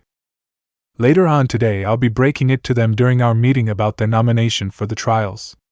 I'm positive that they'll take on the challenge, so would you be able to start training them today? He asked. Besides the fact that I need to greet Enkone and avoid getting beaten into a coma, I had everything squared away now. Yes, sure, what time though? In a few hours, maybe around 4 or 5. I still have to head to the instructor meeting and pick up the application forms for them to sign. I gave him a blank stare as he got up to leave. Really, Kakashi? I thought you already had done all that. Kakashi, shouldn't you? I don't know. Maybe have done that already? I said as I gathered the plates to clean in the kitchen. I thought you'd be more responsible than this, geez. Here I am trusting you to get what I need. You say something, Naruto? Rolling my eyes, I washed the dishes, ignoring his response. I'm not going to get baited that easily, you lazy freeloader. Oh, and before I forget, we'll be at the 3rd training ground near the memorial stone at around 5. Thanks for the meal. See you later. Simply waving behind me as he left, I continued cleaning and spaced out momentarily. As I grabbed another plate, I noticed on the counter that I had actually made another plate accidentally. I stopped what I was doing and stared at the plate full of food. Why had I made another plate when it was only Kakashi and I that would be eating? What made me make another plate that I didn't even notice when I was cooking? No. I knew why I made that another plate when I was cooking. It was out of habit that I made a dish that had extra servings without even thinking. I love your cooking, Naruto. Yes, unknowingly I had prepared another that was meant specifically for her. I'd been kept so busy lately with settling back into the house that I really didn't have any peace and quiet to reflect to myself. A shaky hand reached out to the plate to hold it. There was no mistake that I had made this plate to how she would have liked it. An extra slice of salmon, a larger serving of rice and soup on the side for her insane appetite was all there for her. Naruto. I will always love you. My breath hitched as my vision started to lose focus. I could still hear her beautiful voice in my head calling my name. I can still see her beautiful green eyes and immaculate golden hair if I closed my eyes. I can see her standing there in a field of grass and rolling hills with the wind softly blowing her hair and a delicate hand reaching out for me to grab. Several tears rolled down my face uncontrollably, and my heart clenched in pain. I bite my lips to try and control myself. I miss her. I miss her so much that it hurt. No matter what, I will always be with you, Naruto. There was a connection between her and I that was simply indescribable. No words could ever be put into context about my bond with her. You could liken it to a fairy tale at most, but for me it was something so much more. Like two kindred spirits, making a special connection by sharing a bond from an experience that drew us together to a higher state of being. Who else but me who'll be your sword, Naruto? When I open my eyes, the girl that I envisioned perfectly in my head is gone. And I'm back in my kitchen alone and a heart full of longing for her. Setting the plate down, I wipe the tears off my face and set the plate aside for dinner later on. I shake my head and quickly finish washing the plates before heading out to my bedroom to lay down. Maybe take a nap before heading out to the training ground. A heavy and depressed sigh escaped my lips. There were still some things on my list of chores to do, but as of this moment I didn't want to do them. I'll just put it off for later. My body feels tired. I felt like the weight of the world came to rest upon my shoulders as I dragged my feet to the futon. Yeah, a nap sounds good right about now. I have about 4 or so hours before I have to meet with Kakashi and his team, so I'm not pressed for time. Hopefully I'll get a sound rest with this nap. He dreamt. He dreamed of a world that had an eternal spring that one could liken it to a utopia. It was a world that was cut off from the constant decay and destruction of the surface of the planet, and although it is nestled in human history, has no connection to any other land. Its daytime is filled with the warmth of spring sunshine and the smell of summer, while its night is wrapped in the autumn air and stars of a clear winter. Everywhere in the field, flowers of all kinds bloom on gentle sloping plains. A forest could be seen in the distance, enveloped by the overlooking sky, its view evenly dividing the sky and earth. There is no sign of human civilization that polluted its lands. This was paradise in its given form that people could only imagine in their dreams. In those perfect and beautiful plains of grass was a girl frolicking in the field with a serene smile. Her arms were spread enjoying the scenery. She turned towards him and looked at him. The girl was motioning for him to join her. A hand reached out to him. Yet he was nowhere close to do so. There was a defined boundary made out of fire that separated her world and his world. On top a desolate hill of swords he was on his knees, battered, bloodied, and broken. His body was made out of swords. He knelt there reaching out to the girl with his bloodied hands, desperately wanting salvation from the hell he found himself in. Countless swords grew out of him, but he took no heed of it, only concentrating on the girl and the utopia she was in. He had survived through countless battles. Not once did he retreat, nor was he ever victorious. He was alone atop a hill of swords. His swords that he forged from iron scattered all around him. His life had no meaning. That body was certainly made out of swords. A silent cry escaped from his mouth as he desperately made to grab her hand from an impossible distance, as if she would provide his salvation from this nightmare. He made to stand, but it was no use as his body locked up from the swords that sprouted from his body. It imprisoned him alone atop a hill of swords, trapping him in his hell. Truly that body of his was made out of swords. I woke up with my body completely drenched in sweat, and I gasped in air greedily. My heart was pounding so hard I could hear it. I had that same dream again, except that they were becoming vivid each time that I slept. Rubbing my forehead with my hand, I check on the time. Shit, I cursed. It was 5:15. I was late by almost an hour now. Moving to get up, my vision swam, causing me to fall back onto the bedding. Alright, how about we just take it easy then, and no sudden movements. Getting into a seated position, I take off my usual ensemble and replace it the clothes that I usually wore back in Fuyuki City. A red and white long-sleeve baseball t-shirt and a blue slim straight jean. I slid my gloves back on to mainly conceal the red holy shroud that was exposed on my right hand and the dark tan that blotched the skin. Looking back at the time, I was definitely over an hour late now. Oh well, Kakashi is a capable teacher with or without me there. It wasn't far from where I lived, so it shouldn't take too long to get there if I walked at a sedate pace. My right arm grew hot suddenly, and I felt the familiar pain coming back to it. Come on, you stupid arm, don't act up on me now of all times. After a few minutes of trying to keep it under control, it finally stopped, and I let out a breath of air. Phew, thank God it stopped. One of these days this arm of mine is going to get me killed when I can't control the sheer amount of power that's flowing through it. I can't even begin to imagine how much power the Shroud of Martin was stymieing. I do know for one thing that if I released the shroud I could gain almost godlike power at the cost of dying from prana overload. The human body simply could not handle the amount that it produced before it would effectively shorten out the circuits and killing you. It would be akin to hooking up a nuclear fusion reactor to recharge a AA battery. In the distance I could see Kakashi and his team practicing on the river against each other. Good they were still here and I didn't totally miss out on the agreed time. Wouldn't want Kakashi backing out on his deal with me, as it'd make things a lot more difficult. Afternoon everyone, I waved to them as I got closer to the riverside. They all stopped and looking at me, especially Kakashi with him raising a curious eyebrow. You mean, good evening Naruto? He said blandly to me. I know I'm pretty bad with being late and all. At this his team snorted at that. But I didn't expect you to be this late.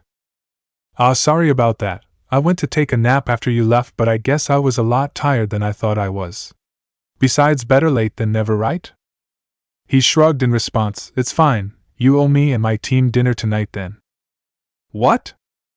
You just freeloaded off of me earlier today. I can always back out of our deal, you know. Kakashi, you're an absolute manchild underneath that exterior of a nonchalant and casual guy. I waved him off. Fine, whatever. Freeload off of me for all I care, just don't renege our agreement. I'm starting to think this is a doppelganger of Kakashi because I do not remember him being this infuriating. Hey, what the hell? Why the fuck is this guy here? It was Daisuke, and he seemed none to please at me being here. Language, Daisuke, chastised Kakashi. He turned back to me and stared at me as if I had something on my face. Did you sleep well? I must have looked worse for wear than I thought. I guess changing clothes didn't really help out much. Not really, I've had better nights of sleep. He shrugged. I won't pry too much into then. It carried another message. He'd simply find out later when he got his answers. I'll add irritating along with being infuriating. He sure does love poking his nose in things he has no business in. Damn it, Kakashi. Kakashi-sensei, why is Naruto-kun here? Meekly asked Sakura. Not that I mind or anything. I look over to his students, and the first thing that caught my eye was Sasuke staring intently at me. I take a step to the right slightly, and her eyes follow with my movement. I take another step back to where I started, and she's still staring. What the hell? An eyebrow slightly rose up in response, but I'll just mostly ignore with what's going on. Kakashi clapped his hands together, and one could feel a smile being radiated underneath his mask. Well, you see, I spoke with Naruto earlier today, and he so graciously volunteered to assist me in training you three for the Chunin exams in the coming months. Aren't you all excited at that prospect? My attention shifts back to the leader of Team 7, and I couldn't help but give him a weird look at how strange that sounded coming from him. They all cringed and looked away from me. I guess they still remember what I did to them back in the Land of Waves. A grin formed on my face as I remembered fondly training them. The three of them grimaced when they looked at me again. Apparently Daisuke wasn't having any of it tonight. But still, why does he have to be the one? If you need fucking help, then I'll just ask my other friends to help train us. They're Jonin level shinobi too, you know. Plus, they're actually shinobi. Not some hack or whatever the hell he is. On the contrary, he is actually the most qualified to train you all. Isn't that right, Naruto? He turned towards me as if expecting me to pick off where he left, but I held my hands up as if motioning for him to continue. Kakashi shrugged. You see, Naruto here currently holds the record of being the only person to date to have passed not only the Chunin exam, but also the Jonin exam in under a year. The look of disbelief on Daisuke's face was gratifying for some reason. No fucking way. I call bullshit on that on so many levels. On the other hand, his two teammates disagreed with his sentiments. Wait, what? Sasuke was disagreeing with him? Huh, well, that's new. Kakashi had a smug look through his mask. It's true, you can look it up yourself at the Public Records Office. He crossed his arms together. In fact, he entered in both exams by himself and crushed the opposing teams in one sweep. Out of that entire year's worth of candidates, Naruto was the only one that came out of the trials successfully. They all were looking in awe at me now, being fully regaled by Kakashi's description of my trials for promotion. Looking back on it, I was merciless when I fought the other teams. In both instances, I solely used my archery skills to pick off opponents from afar, leaving them no chance to even engage me at close range. Some would call it unfair that I didn't give my enemy a chance to fight. I simply called it being pragmatic. It was one of the most important lessons that Kiritsuge gave to me. Unless you had to, always seek the path of least resistance, and to end it quickly and efficiently if possible. Those people ridiculed and called me a disgrace when I sniped them from hundreds of meters away before they could close the distance. Pathetic, really. I guess it's why I hold a certain amount of disdain for shinobi in general, except for a select few. A great many shinobi and kunoichi alike are a bunch of inveterate hypocrites. These people demand honor like the proud warriors they are when they fight, yet stylize themselves as assassins. Don't get me wrong. They practice in many things that could align them under the assassin class if it were under the Fuyuki Holy Grail system, but at the heart of it they were far from it. In my honest opinion, they all paled in comparison to Hasanai Saba. Now that was an assassin if I ever met one. No way, absolutely no way, said Daisuke, still in disbelief. Wow. I'm not sure if I'm supposed to be surprised after the whole bridge fight, Sakura reasoned. If he could summon a flaming sword and hundreds of swords, I shouldn't be surprised he dominated the trials. For Sasuke, she kept on staring intently at me. Okay, now I'm starting to get a little freaked out. And I'll let you all on in a little-known secret. He leaned in for effect. Not a single person was able to touch him, let alone get close enough to breathe on him. Every single person he went up against got sniped and disabled with great efficacy. Because of that, he gained a little old nickname out of it, pinging him simply as Archer. My eyes twitched and I grit my teeth at hearing that last word. I held a considerably unhealthy amount of contempt for that word. There were two other individuals who held that title. They were also two individuals that I disliked a great amount. One was a contradicting and insufferable bastard that tried to kill me to cause a paradox. The fact that he also tried destroying both my heart and soul, kidnapped both girls that I loved, and was a complete dick to me whenever we spoke left me with a terrible opinion of him. The other was arguably the worst person I've ever encountered. He was the most arrogant and selfish asshole that no other person could ever compare, period. Past, present, and future, there would be no individual that could match that man in terms of his arrogance. Hell, he makes arrogant people of all kind look incredibly modest in comparison.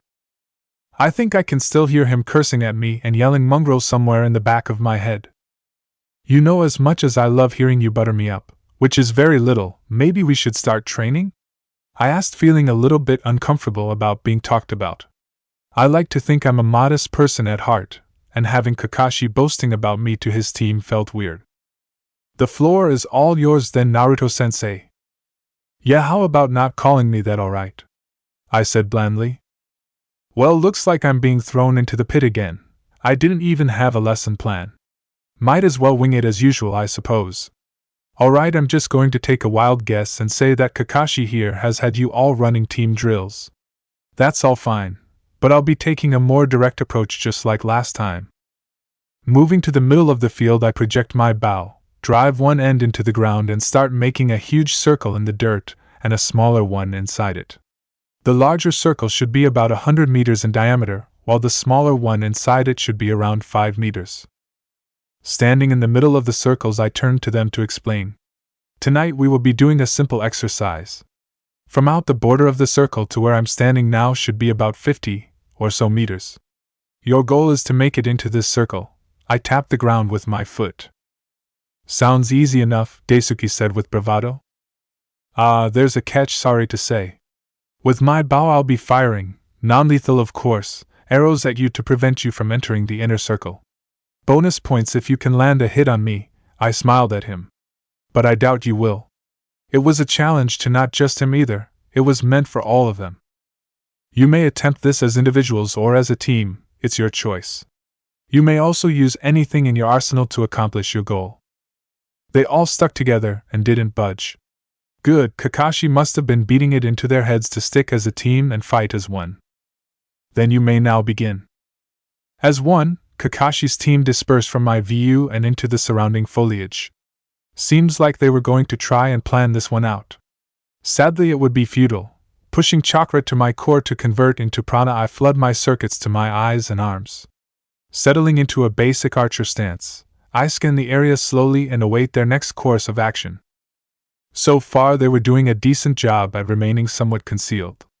It wasn't fair for them, since every time they changed positions or moved, my eyes would pick up on the rustling of the leaves and bushes like a hawk. They still need improvement in the stealth area. Then again, I wasn't quite proficient at it either. I preferred a more direct approach that involved being loud and causing mayhem all around. The spiking of chakra from 3 different directions sent me into readiness. Bursting out of the foliage came dozens of shuriken and kunai that were whistling through the air at high speeds. I take my time to count them all. There were 36 objects cutting through the air at me. 12 of them from their respective directions in which they were thrown. The calculation in my head for how many arrows I need and where to fire happens simultaneously. All I would need is 4 arrows to be fired in each direction. 1 half drawn to push the projectiles to clump them together, while the other 3 would be quarter drawn to knock them all out. The ricochet will deal with the rest for me.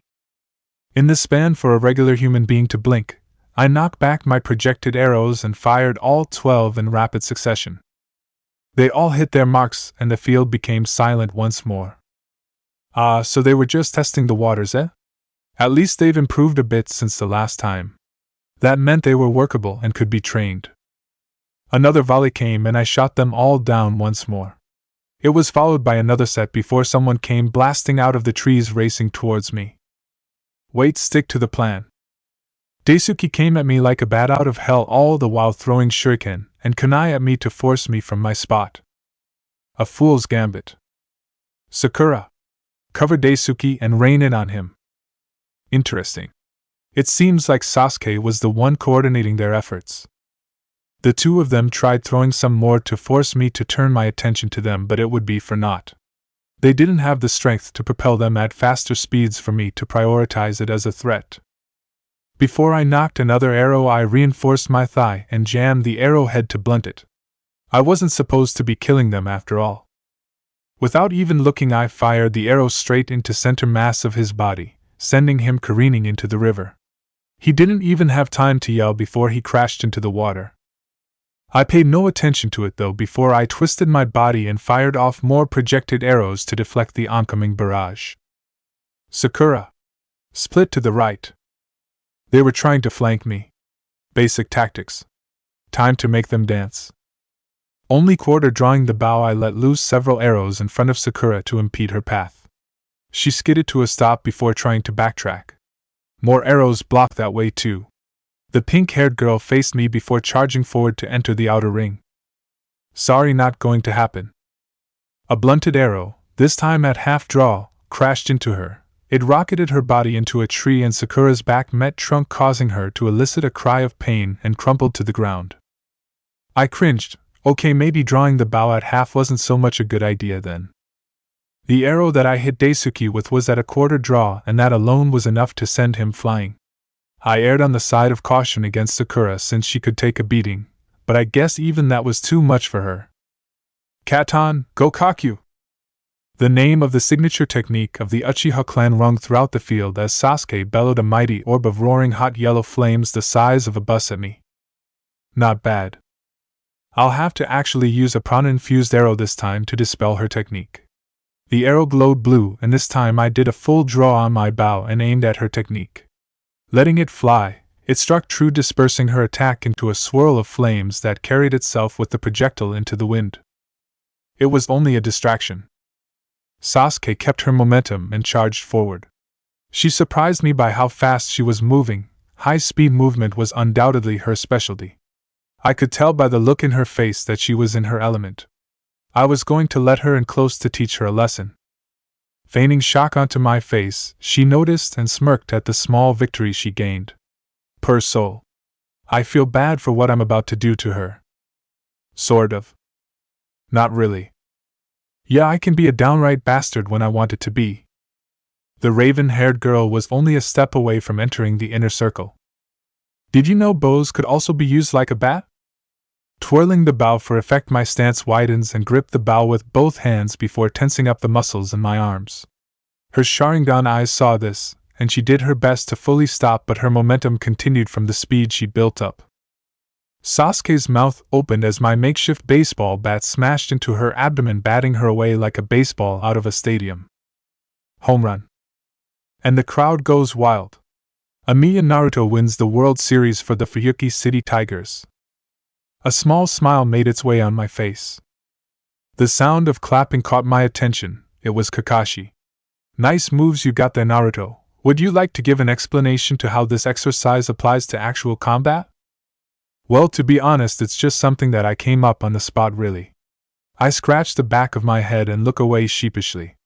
When I looked back, Daisuke, Sasuke, and Sakura were limping towards us in pain. What I had in mind in this session is for you all to be able to work on your speed, agility, and reflexes. In a fight, speed will be one of the most important attributes that determine the outcome of a fight. I automatically assume a lecturing pose with one hand on my hip and the other in the air with my index finger pointing up as I talk, to gesticulate along with my speech.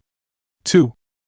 From what I've learned over the years is that whoever has the greatest speed generally dictates the fight. It allows you to get the first hit, reposition yourself, and retreat if you feel like you've bit off more than you can chew.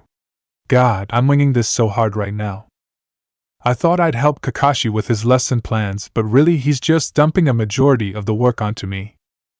I really hope they don't notice that I'm winging everything I'm saying, including this whole training session.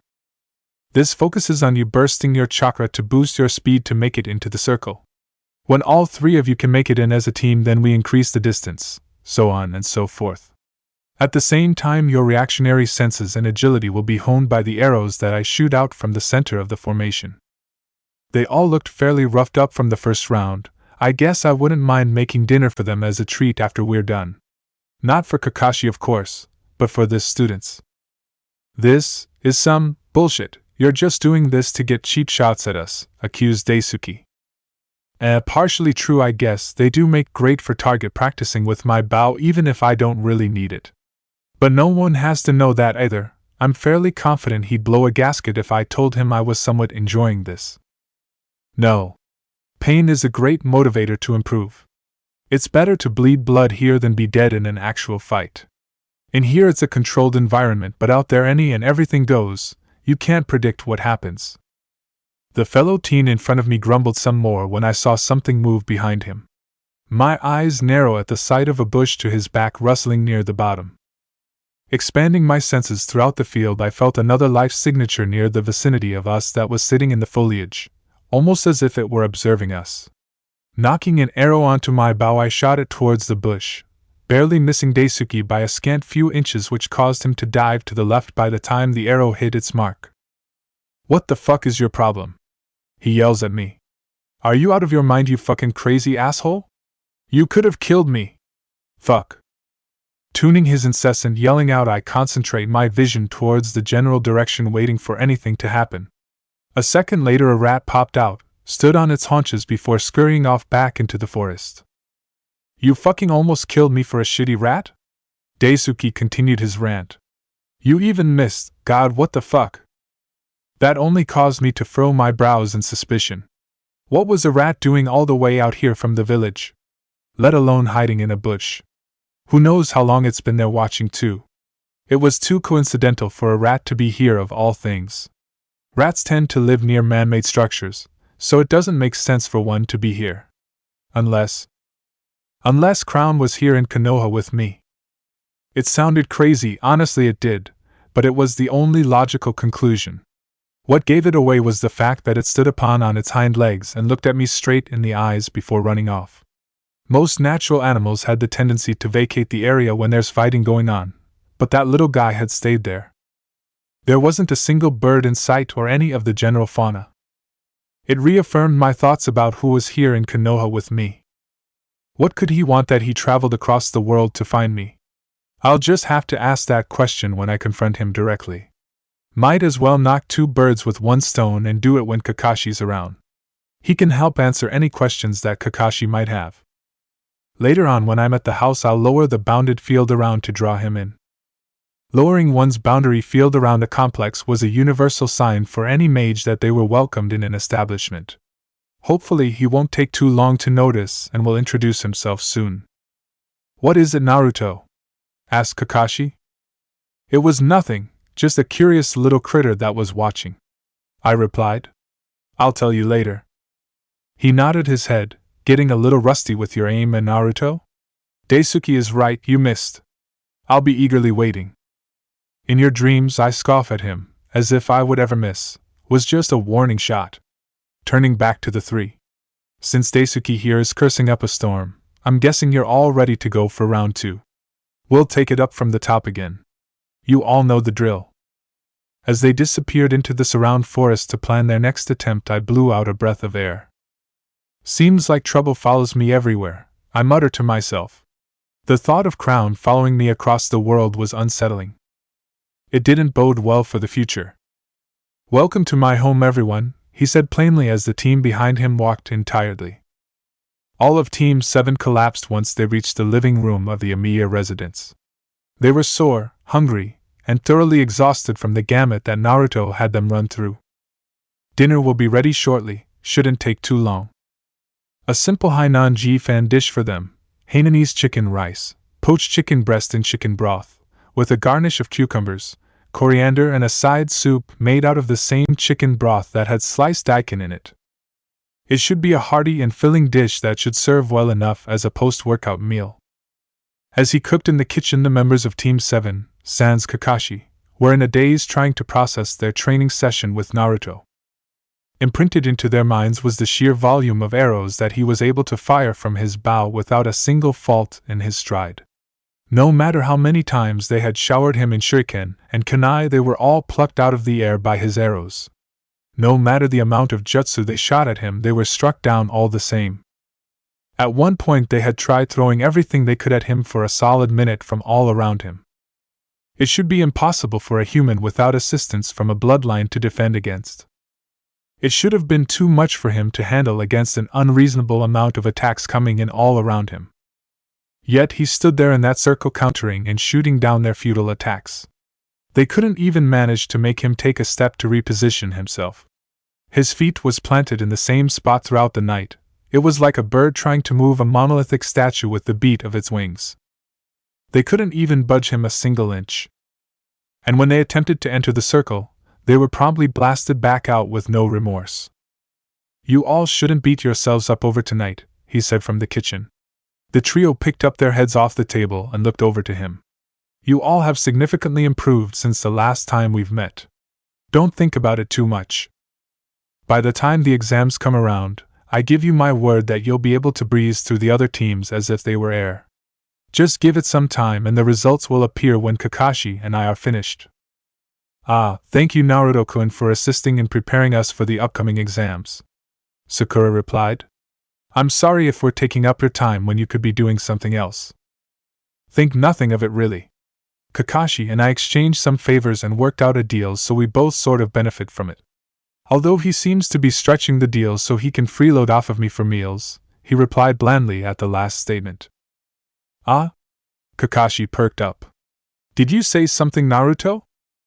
Naruto simply rolled his eyes. It was best to ignore it as it was Kakashi's signature bait. Anyways, it gives me something else to do instead of being cooped up in a building all day gathering notes for my research. Research? Sakura's curiosity was piqued. She didn't expect him to be the type of person to stick his nose in a book. Historical research, really, if you're wondering. It's nothing big, just a personal interest as a hobby. He was lying with some truth sprinkled about, but they didn't need to know. That's pretty cool still. I haven't really met anyone else that's into doing a lot of reading and researching. For her, it was admirable that someone like him had an interest in something that was similar to her field of study. The medical field required an extensive knowledge and insight with the human anatomy and physiology. Even if it was a different subject, must surely still require almost the same amount of effort she had to put in for her study. The blonde-haired man thanked her and walked out of the kitchen carrying 4 trays of food. Bon appetit, he said while laying out the trays in front of everyone. The people at the table looked at him funny. Excuse you? I can't tell if you just spoke gibberish or called us stupid. Naruto cocked an eyebrow in question at Daisuke before he snickered. Sorry, slip of the tongue, you see? I forgot that you people tend to not be multilingual. Daisuke narrowed his eyes affronted. What do you mean by you people, huh? If you can't tell, then there's no need for you to worry. He held a contemptible smirk plastered on his face. You. He slammed his hands onto the dining table in anger. Kakashi, we don't need to eat here. We can go to Yakinikaku near the market district, and I'll buy for us so I don't have to fucking listen to this asshole thinking he's all smart and shit. Kakashi snapped his book shut. Quiet, Tsubasa. It'd be rude for us to leave after Naruto has prepared a nice home-cooked meal. You're just siding with him every time. What the hell is this favoritism bullshit? Siding with him? No, not even close. I'm simply holding you accountable for whatever comes out of that smart aleck mouth of yours. Calm down and enjoy the meal, Tsubasa. I don't want to hear you throwing another fit again tonight. Naruto was back in the kitchen waiting for the leftovers from the morning to reheat. It was fun once in a while to poke at someone to elicit a reaction. He especially had it out for anyone that he generally perceived as annoying, and Daisuke fit the bill to a T. Plus, in his opinion, it was just too easy sometimes. Oh? Did you not make any for yourself, Naruto? No, I accidentally made too much this morning when you came by. Besides, I don't like wasting food. He sat down next to Sakura and muttered thanks before digging in. Anyways, that was absolutely fantastic as always. Jabbing a pair of chopsticks at Kakashi, he asked, with how fast you eat, do you even get to fully enjoy it? Yup. Every little morsel of food was greatly appreciated and enjoyed. He was already back to reading his erotic novel. Of course you did. As they ate, the team couldn't help but take notice at how well the food was prepared. It had the many hallmarks of someone who had perfected their craft for years. Everything was cooked to perfection, and Daisuke, the person who disliked Naruto the most, could not deny that Naruto knew how to work the kitchen. Naruto-kun, he looked over to his right to Sakura and found that she had cleaned her entire plate. If you don't mind me asking, but where did you learn to cook so well? Self-taught, actually. Her question started to make him reminisce about living with his father Kuritsugu. It's a pretty long story actually, but I'm not sure if you'd like to hear it. I would like to hear it actually. Really?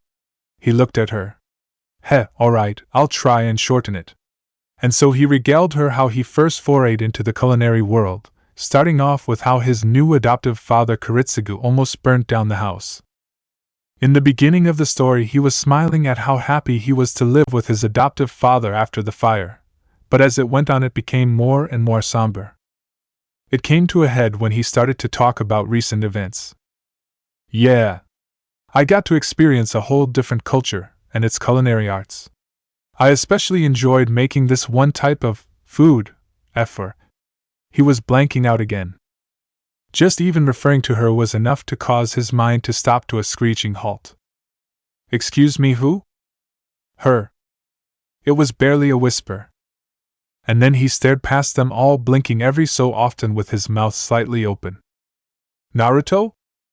No response. Uzumaki Naruto was no longer here, but Amiya Naruto was. In his endeavor to share a story, he had accidentally tripped and stumbled himself into a proverbial mental corner. The past that he had tried to distance himself from was creeping up on him no matter how hard he tried to keep ahead. She was the representation of his failure to uphold an ideal. She was the manifestation of his hypocrisy and weakness. And yet, she was part of the key to his salvation from his own nightmare he found himself in. Naruto-kun! Someone touched his arm, and out of reflex he flinched away. It was enough to break him out of the spell that he was in. Rubbing his forehead tiredly, he apologized. Sorry, seems like the training today took a lot out of me, more than I expected it to. Kakashi narrowed his eyes. No, you were perfectly fine on the way back here, Naruto. He was lying through his teeth, but his students seemed to easily accept that answer. Like flipping a switch, Naruto's entire personality flipped. His episode triggered at the mention of this person. What happened to you over the course of the years that you were gone? What tragedy befell to cause you to have so much mental scarring? The man in front of him reeked of post-traumatic stress disorder that anyone with a modicum of medical knowledge could spot from a mile away. From the way Sakura was holding on to Naruto, she had caught on to his symptoms as well. I think I'll be going to bed early tonight. Maybe some sleep will help me recover, right? He wasn't speaking to anyone in particular, but more so to himself. Yes, it does sound like you need some rest after today, she spoke softly. Here, allow me to help you wash the dishes while you go prepare to sleep, alright? No! I mean, please don't worry about it, I can handle myself. Sakura acquiesced, allowing him to do his thing without obstructing him. It was a silent affair and somewhat awkward for some as they began shuffling out, and wished him well as they left his house. Thank you, I hope you enjoyed the meal tonight. He bowed as they left. Good night. Good night, Naruto, and remember, same time, same place, said Kakashi as he bowed back. A nod was more than sufficient as the blonde-haired man closed the door. As Team 7 walked away from the residence, Daisuke felt like he had to make some sort of comment on the situation. Geez, what in the fuck just happened there? Dude, you guys see how he fucking turned on a dime and went all emo? Daisuke! How dare you! It was Sakura and she was riled up. How dare you belittle someone that's suffering from PTSD? Especially if he was our host for the night. Maybe if you weren't such a peacock asshole, then maybe, just maybe, you wouldn't be insufferable. Too bad you aren't. Mount Hirono erupted onto Daisuke as she grilled into him, which devolved into a shouting match between the two. How dare me? He said incredulously. The fuck you mean, how dare you, bitch? You've been trying to ride his fucking dick the entire time. Daisuke was already annoyed from having to meet with his father to start off his day, and then having to deal with Naruto topped it off. He was a ticking time bomb that was just waiting to blow up. Sakura coming to defense the person he despised was the thing that set him off. Before things got out of hand, Kakashi stepped in between them. Tsubasa, gone was his laid-back tone, replaced with an assertiveness of authority and power. Go home and cool off. Now. I'll be talking to you personally tomorrow when we meet up. You too, Sasuke, take him and head home. I don't want to hear anything you might have to say right now. TCH. Whatever, like I give a fuck. He grabbed Sasuke's arm and together they walked away.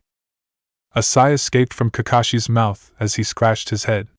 It was nights like this that he felt like he wasn't cut out to be a teacher of all things. The ironic thing was that his team back when he was younger was just as dysfunctional as the one he was mentoring. Sensei, if you were in my place, what would you do? Sakura, he called to her tiredly. She was fuming about what her teammate had said. To be precise, it absolutely made her livid. Go home and take it easy. Don't get yourself too worked about it, I'll handle it, okay? A frown crept its way onto her face before she nodded and wished her teacher a good night. Things never get easy, do they? He gave a glance at Naruto's home before hopping onto the rooftops to make his way back to his apartment. The months leading up to the Chunin exam was going to be tough, and not to mention there was a funny feeling in his stomach that a storm was coming. It was a type of feeling that didn't bode well for Konohagakure. He just hoped whatever it was, wasn't catastrophic. When the time came, Kakashi would have his answer. It would be far worse than he could ever imagine. When Naruto fell asleep that night, his mind was exhausted and ragged. His past was catching up quickly to him. The memories that he left behind was creeping back to the forefront of his mind, and there wasn't anything that he could do. They were equal parts good and bad memories, but even then it pained his heart and soul to think about them. He dreamt kneeling down atop a hill of swords, broken and bloodied. He had lied to himself and to others for coming back to his birthplace. In the end, he was nothing but an inveterate hypocrite and coward who ran away from one person because he couldn't handle the shame of locking eyes with her even if she repeatedly forgave him. There was no point in him coming back to this part of the world. There was a reason why he had left it in the first place and vowed to never come back. Yet, here he was, playing hero to a group of people that desired no heroes. They only wanted killers and murderers to carry on their name, for glory and power. He dreamt of a lonely and desolate world filled with nothing but swords. In the beginning he had her and many others, but as time grew and the battles they fought increased, he was left with nothing but his swords and a lonely hill to stand upon. Those hands of his held nothing which allowed him to use those swords that surrounded him. But it was not what he wanted. It was not what he desired. He wanted his precious people to come back. He wanted her to save him from the nightmare that he was soon finding himself to be in. Slowly but surely he dreamt of being turned into a future self that held nothing but contempt and anger for the world. This was the nightmare that Emiya Naruto found himself in. The bearer lies there alone, forging his iron atop a hill of swords. Thus, his life has no meaning. That body of his was certainly made out of swords. And so Emiya Naruto dreamt salvation from the world of swords he was imprisoned in. Chapter 6: Summer Days, A Dead Apostle Ancestor. In the following weeks since its arrival in Konohagakure, the demon of the left arm of Miram Solomon was a busy little rat scouring the entire village with the help of its local rodent community. It was relatively elementary for the king of rats to gather power and influence with its royal status and an alien beauty that left its fellow kind enamored. Over the course of its stay, it had managed to infiltrate almost every single building that could have possibly existed in Konohagakure. It was utterly thorough in its zeal to gather information of its current location and sought the secrets that the government held. No place was secure from Miram Solomon's left arm, as the Shinobi populace had simply ignored the multitudes of rats that scurried in their buildings at night rummaging through their files. Who would suspect a single rat here and there would be gathering information? It was just a simple rodent that happened to be there, and it was an inevitability that a stray critter would venture forth to find scraps of food or anything worthwhile in a building. In record-breaking time, the king of rats had successfully accomplished a feat no person could ever possibly achieve. Crown took its time to leisurely process the information it was being given to by its loyal rodent subjects, and kept a passive surveillance on Emiya Naruto. Speaking of which, it hadn't been too long ago that it sensed the Emiya residence boundary field be powered down, signaling an invite to the household. The left arm had considered introducing itself to Naruto when he sensed the boundary field being powered down, but just before he did, one of his rats had reported an anomaly that piqued its interest, and decided to meet with the blonde magus later. One of the rats that was investigating the mountain that had faces carved into it found a massive super cavern underneath it. Since then it had been sending rats in droves to scout the cave, and the reports that it got back was rather unsettling. As the rats would venture deeper into the underground system, there was something malevolent emanating at the bottom of the cave. The furthest any rat had gone before it ran off in fear was reaching an enormous open area in the cavern that seemingly stretched on endlessly on all sides. The rodent that had reached it felt an indescribable amount of evil oozing out from the center. It was so much so that the rat felt like drowning itself by the corrupting presence. From there, Crown solidified its decision to explore the massive cavern by itself. It had questions that needed to be answered, and whatever was coming from that area had its answers. When the king of rats descended, it could feel the ridiculous amounts of prana running through the area. The air of the cavern was practically saturated with pure magical energy from the earth. That confirmed one thing: there was a major prana ley line that Konohagakure no Sato sat directly on top of. The people that lived in the area had no idea that they were living on a spiritual land that magi would absolutely kill for to be able to practice their thaumaturgy. There were very few places in the world that had major ley lines that formed in an area, let alone intersected at a point to be labeled as a spiritual land. Traveling deeper into the caves, it finally reached the massive cavity of darkness. Malignant and malicious intent in the area was palpable, you could almost cut it. In here it was absolutely pitch black, but for a dead apostle ancestor, as himself, it had no problem being able to see through it all. If Crown was in its human form, then it would have whistled at the sheer size of the place. By its own estimation, the ginormous cavity of the cavern could fit an entire town in here that was several kilometers big. Maybe 3 or 4 kilometers, possibly more. It was stunning how gargantuan the place was. Taking the first steps into the opening, Crown was immediately assaulted by a wave of vile and corrupt prana that was permeating through the open space. It was oppressive and filled with evil as it continued towards the center of the formation. Along the way there were several small pools of still black mud that radiated curses. Interesting. What's this mud doing all the way on the other side of the world in a cave like this? Questions began filling Solomon's head at the excessive amount of mud that surrounded him. Without a doubt it was residue from the Holy Grail that was spewed forth in the form of a corrosive black mud. He had seen it once not too long ago, and he would be a fool to not take notice. As he neared the center of the massive cavern, the level of prana increased tenfold. Amazing, the only thing comparable to this would be Fuyuki City. The amount of untapped and raw energy in here is simply staggering. Finally reaching the center, it saw there was a rock formation that looked suspiciously like a pedestal that seemed to be the keystone of the ley line. It was here that the Earth's latent energy had reached its absolute peak and where one could manipulate the prana flow in the ley line. The King of Rats paused before transforming into its human form. He took the shape of an elderly man in priestly clothes with glasses. Better, now then let's see what we can learn from you, shall we? Placing his hand onto the formation, Solomon concentrated and expanded his senses along with activating his magic circuits to poke at the ley line. Almost immediately he jerked his hand away from the rock almost as if it were scalding hot. It caused him to furrow his eyebrows as the cursory activation left him with many questions.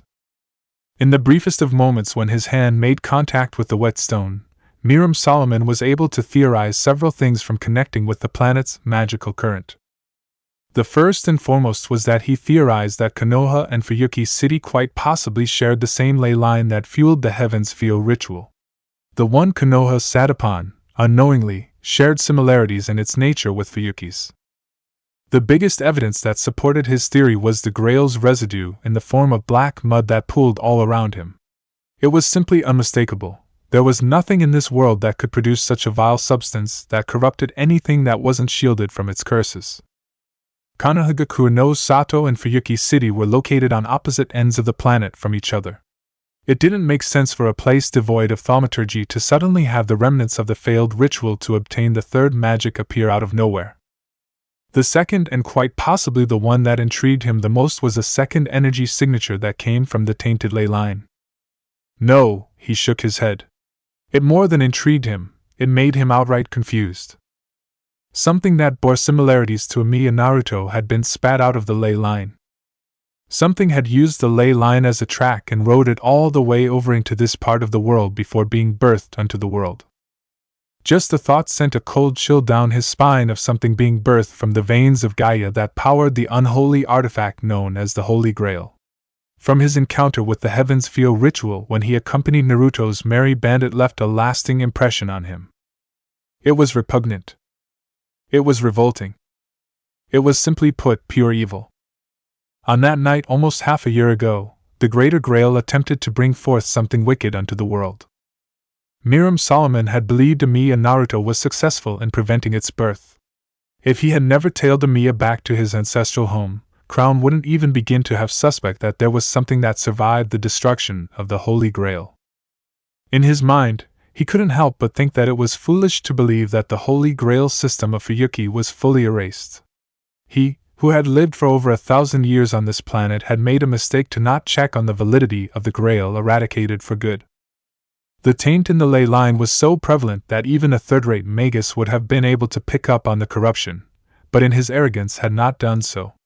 His inaction had inadvertently allowed something to fester and manifest onto the physical realm of existence.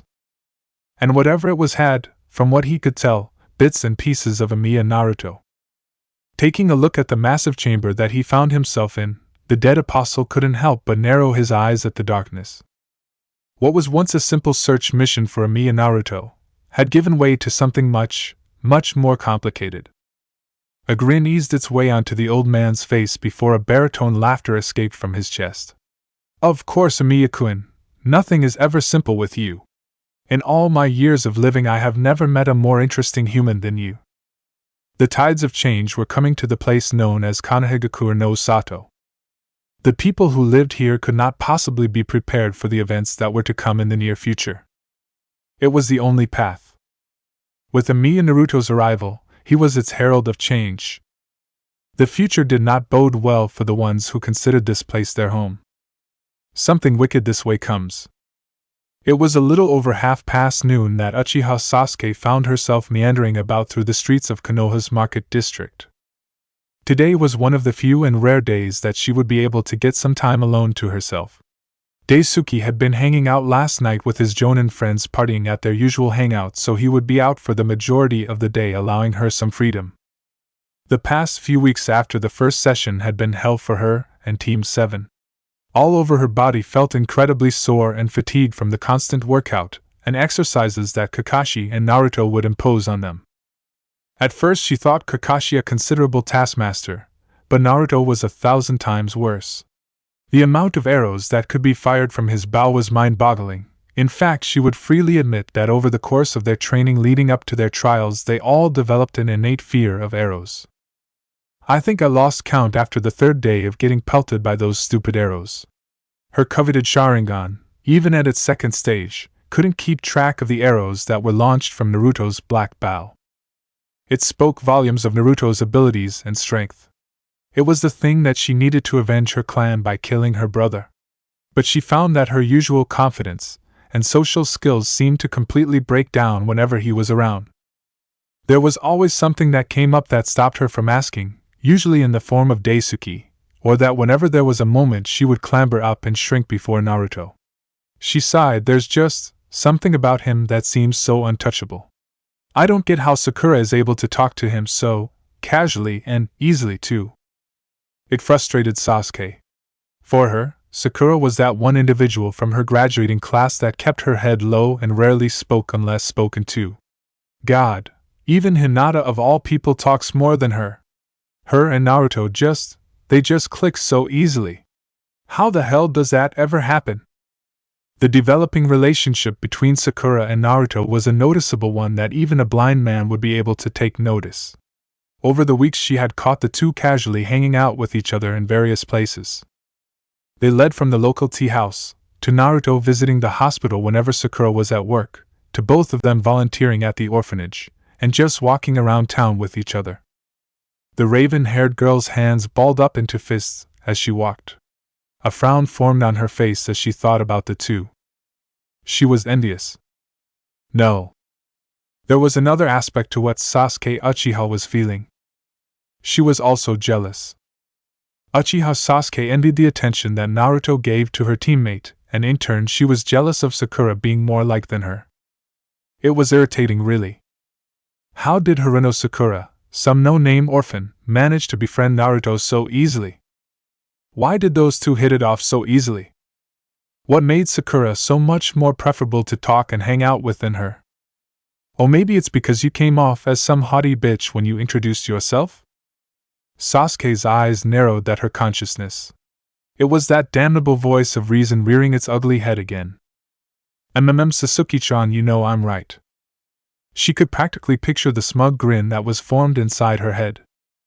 As much as she didn't want to admit that it was right, but it was right. Their very first meeting she came off as someone that was highly conceited, egotistical, vain, and arrogant. Something that obviously didn't sit well with Naruto's type of personality. But after their first training she had a begrudging respect for those who wielded a considerable amount of strength, and Naruto had it in spades. The overwhelming dominance he had asserted cowed any thoughts about him being weak of any sorts. His strength was unquestionable. Uzumaki Naruto had everything that she needed to grow as a shinobi and achieve her goal of avenging her clan. Too bad she didn't know that Naruto was a magi and no longer associated himself with the shinobi arts. Her stomach rumbled. Maybe some lunch first? Then if I hurry up I can find him, hopefully, and not mess this up. But knowing her luck, she felt like there was a high chance that at some point she was going to shoot herself in the foot again. Taking a moment to look around to see which street she wandered off to, Sasuke sighted a familiar ramen restaurant bar. Ramen doesn't sound so bad, I guess.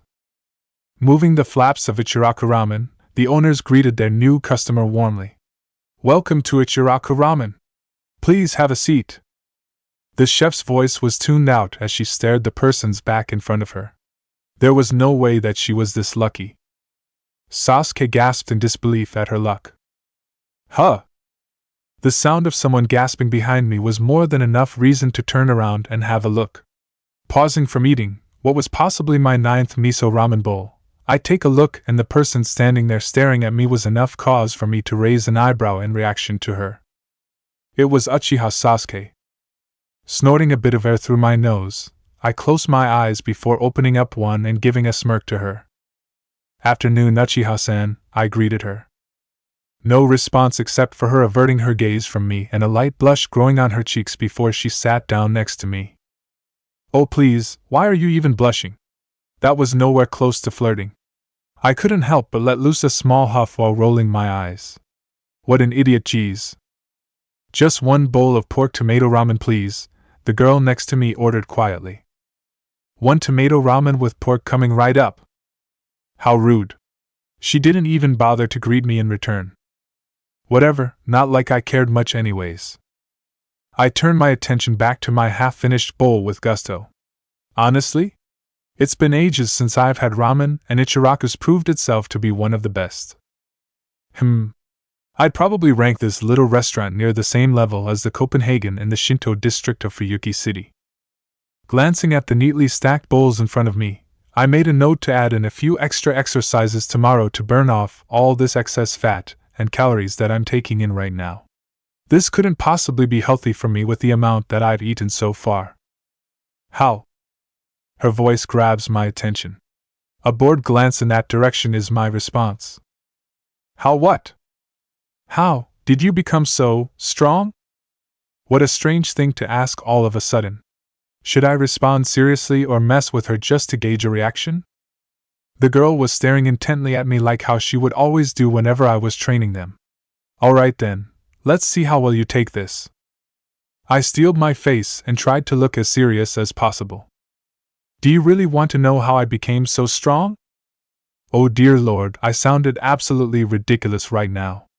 Rin would smack the ever-living prana out of me if she was here. Yes. Why yes. That sudden eager and jump for my answer was hook, line, and sinker. Poor girl. Straightening up my posture and leaning forward for effect, I listed out the most ridiculous and basic regimen I could come up with on the spot.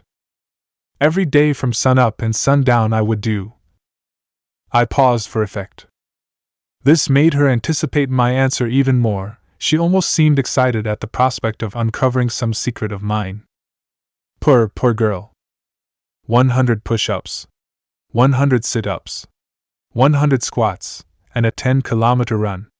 Every single day. And of course eating 3 meals a day without ever using the air conditioner. Huh, was her intelligent response. Every single day? I wanted to smack my face at how gullible she was being right now. Honestly, I'm amazed at my self-control at not busting a gut and laughing in her face right now, but I had to go on and finish it. Yes. Every single day. She blinked a couple times. Maybe she caught wind that I was bullshitting to her face? Maybe she saw right through everything and couldn't believe the bold-faced lie I told her? Maybe. Of course. She pounded her fist into an open hand as if finally getting it. I haven't been training as hard as you, and that's how you've become so strong. The discipline and sheer will to continue your training day in and day out with no rest must be strenuous on both the mind and body. What? And no. Oh no. No way was she this foolish to actually believe in such a ridiculous and mundane workout. That look on her face said otherwise, and at how she rambled on at finally making some headway to becoming stronger. Thank you? You're an absolute genius. I can't thank you enough for sharing your secrets to me. Oh, the absolute inhumanity at this situation. That's it. I couldn't hold it in anymore. My hand met my face in an audible smack. No, you moron! I interrupt her. I couldn't bear it anymore. This was just all sorts of cringe. Normally I'd find it amusing, but how she was gushing to me felt so wrong. What? I'm kidding. My finger poked her forehead. You dumb moronic idiot. How could you actually believe such a stupid training program? I kept poking at her all the while. I. She was stumbling over her words with every poke. You're supposed to be a kunoichi, I'd really state with another poke. How do you expect to get strong if you couldn't even see through the bullshit I was spewing out? Poke. I expected better from you of all people since you have Kakashi as your teacher. She tried swatting my offending hand away to no avail. Poke. First basic rule he teaches you. Always look underneath the underneath. Poke. Sasuke's face started brightening up into a spectacular shade of red, especially at the spot that I came jabbing my finger at. Why was she blushing of all things seriously? Maybe she's one of those masochists and likes pain. My hand stops midway to her forehead, causing her to miss. Poke. Would you quit with the poking? I get it already. See? All you had to do was just ask, you moron. Really? Her answer came in the form of me flicking her in the forehead. You liar, she rubbed her forehead. Geez. Phew, well, at least that broke the silence and got her to talk. So what brings you to this part of the town? I didn't notice it at the time, but her shadow wasn't here either. And where's your ball and chain? I was just spending some time to myself walking around, and he's sleeping right now. I made a face. Who the hell sleeps this late? Even Rin, who absolutely hated the mornings, was a fairly early riser even if she stayed to the dead of night working on a project. I shrugged, it wasn't my problem anyways. I'm surprised, a snort came from me. You two are almost inseparable, like you're conjoined twins or something. Kind of weird if you asked me, but to each their own, I suppose. Why, yeah. I guess. Okay, things went from slightly okay to really weird and awkward. Nice going, Amiya. Well, time to do what I'm best at and jump ship. I stacked the empty bowl along with the others and waved for my check. The check that I received made me wince and reminded me how much I ate. Everything totaled out around 13,500 yen. This was one of the reasons why I preferred preparing my own food, but then again the ramen was almost perfect. Given if time, I think I could probably imitate it, if not make it even better. Wait. Where are you going? Sasuke called out to me as she hurriedly finished her bowl and haphazardly slapped down a couple notes to pay for her bill. Honestly, this girl was confusing. When I first met her, she was a total bitch, I guess, for lack of better terms. But after the bridge mission, she completely mellowed out. Home, I guess? I have a couple. Can I come with ya? What? Say again? I mean, will you train me? I already am? No, seriously, I already was training them 6 days a week, with the 7th being their day off to recover. No, I mean training me personally, like one-on-one. She was stepping into my comfort zone, which caused me to lean back. What was wrong with this girl? There wasn't much for me to actually teach her. First off, the abilities that I used were exclusive to me and only me, without counting reinforcement. My projection skills were also tailored to me because of the reality marble that I held. I had little knowledge of ninjutsu in terms of actually putting it into application. While I still had chakra coursing through me and being pumped out, all of it was being converted into OD, which was then mixed with prana to finally make magical energy. I was an incredibly unique case, probably the only one in the world, which could properly use both chakra and magical energy. Although I tend to lean heavily on thaumaturgy and not so much on ninjutsu. I had a shinobi's body, but the soul of a magus. I do my best to separate myself from the shinobi way of life and matters. It was a personal statement, if anything, really, and it spoke volumes. Uzumaki Naruto had abandoned his roots to become Amiya Naruto. Amiya Kiritsugu was a magus, so it would only make sense for the son to follow in his father's footsteps. Look, I'm sorry to say, but I wouldn't really be able to teach you much of anything. What do you mean? You have plenty to teach. I've seen your power and abilities. You're so strong and... I raised a hand to interrupt her.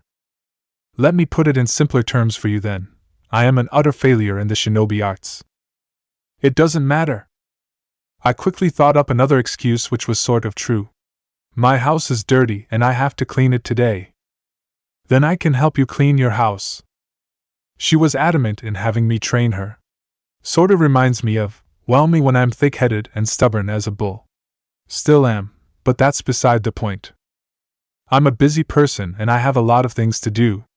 I'm already training you guys, isn't that enough? Besides, I'd rather not have your boyfriend hound the hell out of me. You won't believe how much restraint I have to not bash his head in every time he opens his mouth. I can fit your schedule and make it work. Daisuke doesn't have to know. Who cares, alright? I need to get stronger. Please.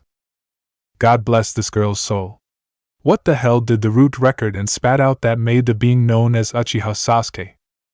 I scratched my head trying to find any other excuses to come up with. I'm a horrible teacher. I wouldn't be able to teach you any ninjutsu. Which was true. I wasn't even joking about that.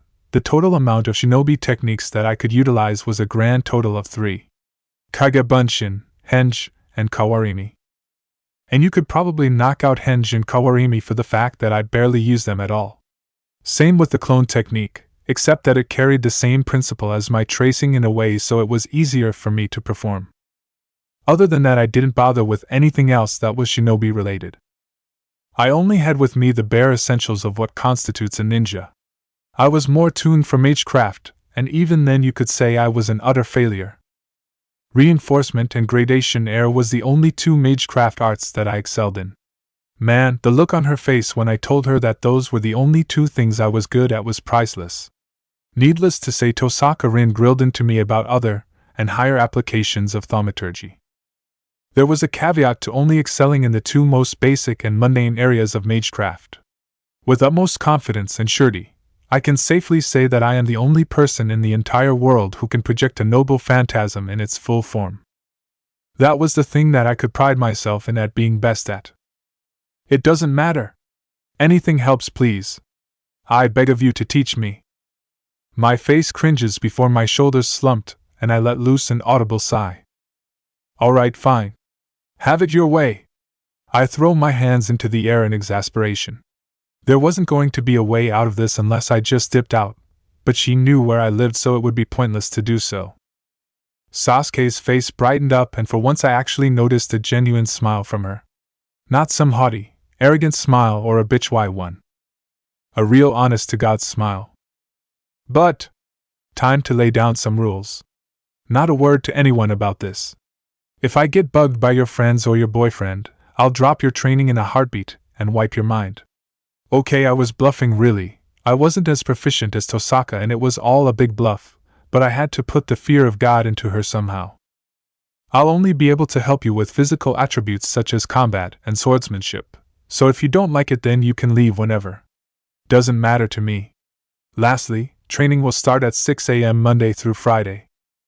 It was ridiculous of me to put such outrageous rules, but it would prove whether she was dedicated or not.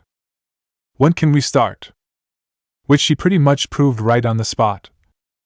Well, since she's so eager to start, might as well now. Now. W8 now? But I have to. I shrugged. Then I guess that means I'm not training you. No. I mean, ugh, fine, let's just go. I'll deal with it when I get back. I had a sneaking suspicion she was referring to her boyfriend, but hey, that's not my problem now, is it? Sorry about the mess around the house, I said as we walked into my house. She looked around and saw that it was mostly spotless. You're a liar. I slid the door open to the living room, which revealed a bunch of scrolls, books, and paper strewn about the table. This is still pretty clean, she said, walking in. Is that a summons by a ministry head? Sasuke picked up a bright red scroll on the table. I deftly swiped it out of her hands in an annoyed fashion. Didn't anyone teach you not to go picking up other people's stuff? As soon as it was in my hands, I chucked it to the corner of the room that also had a pile of red scrolls and immediately forgetting about it. That's pretty important, you know. And? You have a whole pile of them. And? You're going to get in trouble. And? Yeah, that's right. I don't care. If someone wants to meet me so bad they can come and knock on my door. I'm so glad that you've taken interest in my responsibilities and well-being, but I'm fairly certain that you'd like to get to training. So shall we? Her cheeks flushed and simply nodded. Ugh, please, for the love of all that is thaumaturgy. I hope this girl doesn't start developing some weird crush on me. How the hell do I get myself into these types of situations? And here we have the dojo. I slid the door open and allowed her in first. There were a lot of memories in which I held dear in this place. It was the place where Kiritsugu started my training and where I was first exposed to thaumaturgy. In a way, it was where it all began. Where I made the first steps to becoming a magus. To become strong just like Kiritsugu was. The dojo was fairly sizable, so it would allow us some room to move around in and observe her sword techniques. I don't have much to teach except for my abilities with a sword. Like I said to you all, I'm not much of a teacher, so the way in which I impart lessons and skills to you will be unconventional. We were sitting across from each other, and as usual, she was staring intently at me. God, that's so weird. I'm going to have to get her to stop doing that. Those onyx eyes seriously unnerved me with how they tried piercing into my soul. So, going forward, we'll start off with a couple of duels. Just so I can get a feel for your style, alright?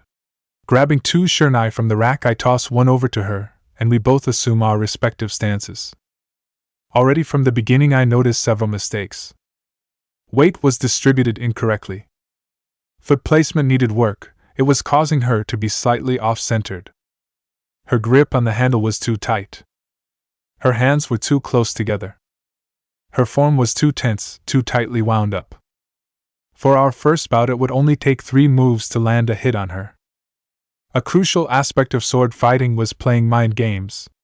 The ability to get into your opponent's head would pave the way for one to emerge as victor. They range from feints, false blows, and leaving openings to lure your enemy's attacks to predict where they would strike for next. In fact, Archer's whole style focused on leaving crucial openings to bait an opponent. As long as he knew where they were going to strike next, he would always hold an advantage over his opponent. In fact, it was because of that style that it allowed him to survive against Lancer, a superior opponent that outclassed him in many combat abilities. I let the silence between us grow a little longer. It was beginning to unnerve her. Good. She was over-anticipating for the coming blow. It was going to cause her to slip. Barely lifting up my left foot, Sasuke sprung to action and immediately went into a guarded position. Smart, but unwise.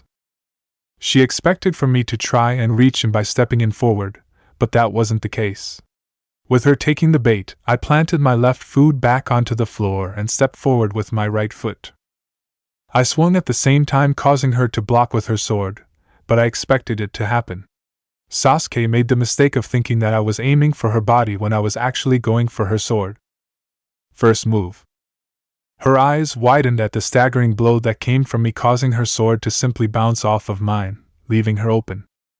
Second move. My stance shifts forward and I go for her neck. She flinched, ready for the sharp pain, but it never came as I stopped just before I hit her. So what went wrong? I wasn't strong enough when I tried blocking. I conked her in the head with my sword. No, you idiot, not everything is about strength, sheesh. Now tell me again, what was wrong? I don't know. Oh, this poor soul, for some genius she was a real idiot. Was this really the so-called prodigy and last hope of the Uchiha clan? My tongue clicked in distaste at how unknowledgeable she was with swordplay. Whoever taught her basic sword fighting was going to have my sword rammed straight up their ass. Come on, you, put that prodigy-level intelligence of yours at work. I'm not going to hold your hand and walk you through everything. I think my stance was off, and, well, maybe my grip was too tight. Also could be my grip was a little too close together, so when you hit my blade it made me stumble a bit, so that could also factor in how things played out. She rattled off, trying to think of what was wrong. Good, that meant she was acknowledging herself, and the mistakes instead of covering it under the guise of not being strong. Sasuke got 3 out of the 5 mistakes that I observed before we fought. You got most of them right, but there's also 2 other things. Your weight wasn't distributed correctly, causing you to be too heavy on one side instead of the other when you tried meeting my strike. The other thing is that you're too tense. Relax your body a little bit, but not too much, or else you won't be able to react in time. Her head nods in confirmation. There's one thing I can fix for you right now. Get back into your normal stance. Walking up to her, I began setting her into a proper form for her to work off of. I poked my sword here and there all over her body. A little bit of height adjustment here. Bending the knees a bit there. Separating the feet and straightening out her back here. I was all over her, critiquing and changing her form to what I would think that suited her type of style. Uchiha Sasuke was the type of person that liked to get in up and personal to an opponent. She preferred flashy plays with her sword and fast movement. She also liked switching in between from using her jutsu and quickly swapping out with her sword. A combo move type of person, really. So I modeled it after Kojiro Sasaki's style. It was rough, but from here on out it would be up to Sasuke to expand upon it and mature from there. There. You feel a bit more comfortable and confident with this stance now? Why, yeah, it feels a lot more solid than the one I was taught from. I wonder, who taught her? Should I bother even asking? Ah, screw it, might as well, so that on the off chance I do come across them I can break a sword over their head for being inept. Do you mind sating my curiosity for just one moment? Sure? Who taught you? One of Daisuke's friends helped me out. He gave me a few pointers about sword fighting. Why? Nah, unimportant. Don't worry about it. Well, I guess that narrowed it down a bit. If I find someone that's hanging around with Daisuke and is carrying around a sword, I was going to have some choice words to say to him at how utterly inept he is. Maybe give him the good old Tosaka Rin routine to break him down. No one ever survived an onslaught of insults from her. She was the best there is at dismantling a person's self-confidence and self-esteem. No one. Okay. Anyways, let's resume the lesson, shall we? We both slip into our forms. Time to see how well she adapts to some changes that I made to her stance. This time I want to see how well she performs in a protracted fight. Since I've been training them, I've never allowed them to actually get more than a couple hits in before I sent them sprawling to the ground. I'll give her 5 strikes before I make a move on her. Her body moves, it feints to the right before changing directions and going to the left. I ignore the bait and hold fast. She throws a wide right swing to my head. In response, I deftly tap the underside of the blade, causing it to miss. First strike. Correcting the path, she brings it back down for a left swing. I step forward with my left foot into the attack and knock it up high with an underhand slice. Second strike. This time she tries crashing her practice sword with an overhead swing, but with how I last positioned my blade, it would be blocked and our swords clash. A resounding knock of wood reverberated in the dojo. Third strike. Damn, she's got some strength in there. The blow actually made my arms tremble a bit. Impressive. Immediately backing off, she goes for me intentionally exposed right side of my torso. Sadly, the girl wasn't fast enough to beat me to it. I successfully block her attack and swat her blade away from me. Fourth strike. Sasuke kept her composure. To my utter surprise, she actually took a step back but kept in range of me. What was she doing? I see her let out a breath of air as if concentrating before settling into a familiar stance, held her sword and twisted her body as if preparing for something. Wait a goddamn minute. Is she attempting to do Tsubame Geishi? She is. I couldn't help but stare in bewilderment. Uchiha Sasuke was attempting to perform the intrinsic skill of Kojiro Sasaki. I'd actually be a little worried if she was able to momentarily tap into the multidimensional refraction phenomenon, but obviously since she didn't know a lick of thaumaturgy, I was safe. In all honesty, it was highly amusing that she was copying from a faker. So what does that make her then? A fake faker? Or a copy faker? I'll let her make that first swing just to see what'll come out of this. The first strike came from the left. A wide swing that I could easily block in my sleep, but then came another blade over my head that was quickly followed by a third blade coming from my right. Oh shit. Did Sasuke somehow defy all logic and sense, and somehow manage to recreate the technique? Most importantly, how did she do an ass pull of out nowhere? I'm the one that does the ass pulling out of nowhere on people, not the other way around. How dare she try and copy something from me with her red eyes? Wait just one damn moment. Her eyes. Red eyes. Uchiha. Sharingan bloodline. Genjutsu. Amiya Naruto, you are an absolute moronic idiot that got dropped on his head as a baby. A small burst of prana through my body quickly dispelled the illusion, leaving only one blade that was coming in from the left. Apparently she hadn't realized I broke through the genjutsu as I parried her attack, easily catching her off guard. Wasting no time, I stepped into her guard and smacked my blade onto her chest, causing it to crumple to the ground. Fifth strike. Not bad, honestly not bad, Sasuke. If your illusion and swing was a tad bit faster, you would have actually landed a hit on me, so it looks like you need a bit more work on it. I had to give her credit to being that brazen enough to attempt a poor man's version of that technique. While she couldn't even begin to understand the mechanics and concepts behind it, she attempted to recreate it with an illusion to make it appear as if 3 blades had simultaneously been swung at 3 different directions. It was to buy time for the real blade to come in from one of the 3 directions. I'm not sure what compelled you to even attempt that, but then again, I've done stupider things in life than that. Really? Like what?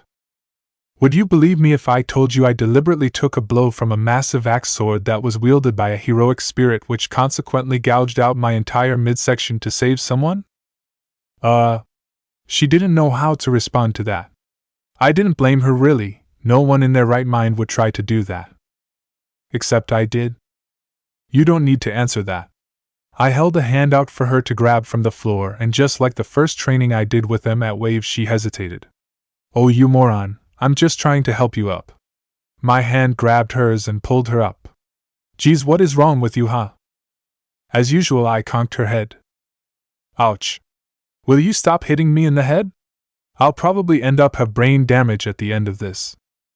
Maybe you should try dodging or I don't know. Blocking? Sheesh. You'd think they'd learn by now. Sasuke didn't give a response as she nursed her head. Anyways, you're picking up on things fairly quickly. Nice follow-through on your strikes. That determination of yours to commit to a strike is noticeable, and surprisingly has a lot of strength behind it. A lot of sword fighting is built of intuition and instincts which builds over time. I point my sword at her.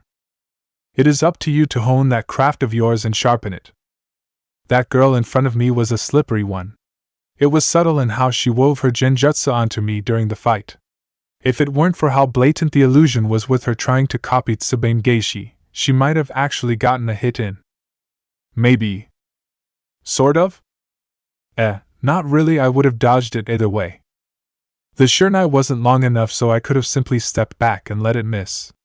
Or simply duck underneath to the right and swung from down under to disable her. There was a fatal flaw in the technique in that if you didn't have the Manahoshi-za with you to enact the technique, then its effectiveness would be halved if not diminished to a considerable amount. Either way, she was getting better at sword fighting quick. But there's still a lot of things that you need to improve on. You're telegraphing your next strike along with unnecessary and wasteful movements. Your eyes, arms, and feet gives off too much information on when you'll be attacking. Although that's another thing that comes with time, in which you'll learn how to stop showing what your next move is going to be. Even though there was a lot of good, there was an equal amount of bad that came with the complete package. Uchiha Sasuke was still relatively new to swordsmanship, and it showed, but as always with a point in the right direction would allow her to go fairly far. But that wasn't going to be for a long while, so until then I'll just enjoy bashing her head in a one-sided duel that's under the guise of training. Hey, I have to have some fun once in a while, and I never labeled myself as a saint. It was going to be fairly interesting training her at the very least. Alright, let's go again. We'll stop when you can barely get up anymore. And so Uchiha Sasuke groaned at the ensuing onslaught. I think I'm starting to get the hang of this teaching thing. It would be almost towards the evening that their impromptu training session finally finished. There on the polished wooden floor of the dojo lied one Uchiha Sasuke, panting and soaked with sweat. Her body was sore and littered with bruises from the continuous bouts with her new personal teacher, whose name she knew as Uzumaki Naruto. Not too far from her, the blonde-haired man stood there vigilantly like a knight as he watched the girl on the ground suck in air greedily and groan at the pain that was spread all over her. A small smile found its way on his face as he took in the sight. We'll call it here for the day. You've done admirably well for your first lesson. If you're still up for it, then I'll be waiting for you at 6 a.m. Monday through Friday. If you don't show up, then I'll simply take that as you giving up and no longer wish to continue training under me. Her hand shook as she raised it off the ground in acknowledgement. From her spot on the ground she took note of how Naruto hadn't even broke a single sweat from training her. In fact, he didn't even look winded at all. How the hell? What is this guy made out of? The smile the raven-haired girl saw was slowly turning into a frown. Did I do something wrong? Should I ask? He looked awfully melancholic and dejected all of a sudden, as if he was being reminded of something. What Sasuke didn't know was that she, unknowingly, was in the same exact position as he was when he was being trained by another person. That years ago, he was being trained by a girl that eclipsed over him in strength and speed. That he was being taught to survive against heroes and villains that etched their names into history. Immortalized by tales and stories that were told to children when they went to sleep. And as soon as it came, it was gone. You're dismissed for the day. Get some rest. I'm fairly confident you can find the way out yourself, right? The overly worked body of hers groaned in protest at getting up. Nonetheless, the girl powered through it and racked her practice sword in its respective spot. As a sign of begrudging respect and to stay on Naruto's good side, she bowed deeply. Thank you for today's lesson, master. When she came back up, what greeted her was Naruto's face twisted in mild disgust. How about not calling me master, okay? He blanched. Yes, sensei. He rolled his eyes. I guess that's somewhat better.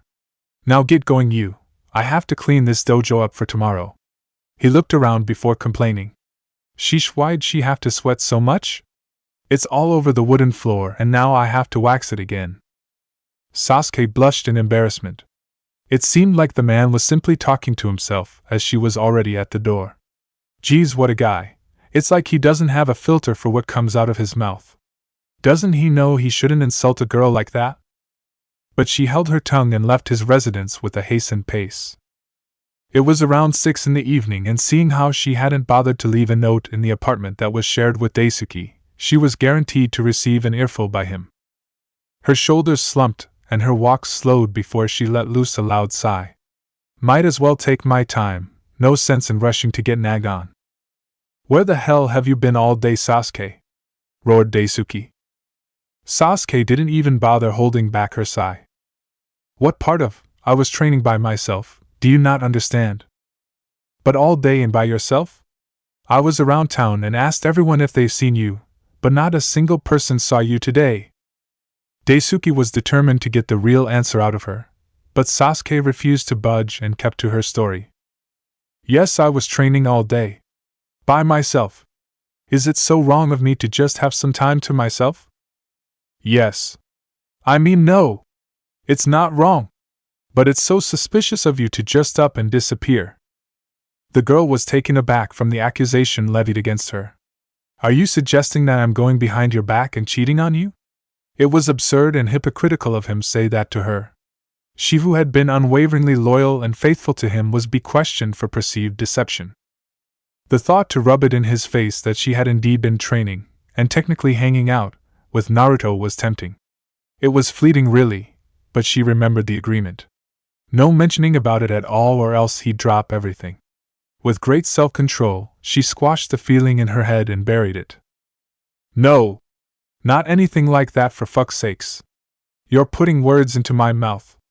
That's so fucking wrong of you to do that. What is wrong with you, Sasuke? She was tired. She was sore. Her body hurt all over, as Naruto was a harsh teacher. He rarely pulled back on his swings and let her bear the full force of a sword striking down her. As of now, all she wanted was to relax and have some peace and quiet to herself after a long day of getting her ass kicked and served on a silver platter. Look, I'm exhausted and my body is aching after my workout. I really pushed myself extra hard today, so I just want to take a nice long hot shower and relax. She gave a tired sigh to all of this. I really don't want to deal with this right now, please just back off. Ah, baby, come on, I'm sorry for acting like a total dick. He came up close to hold her.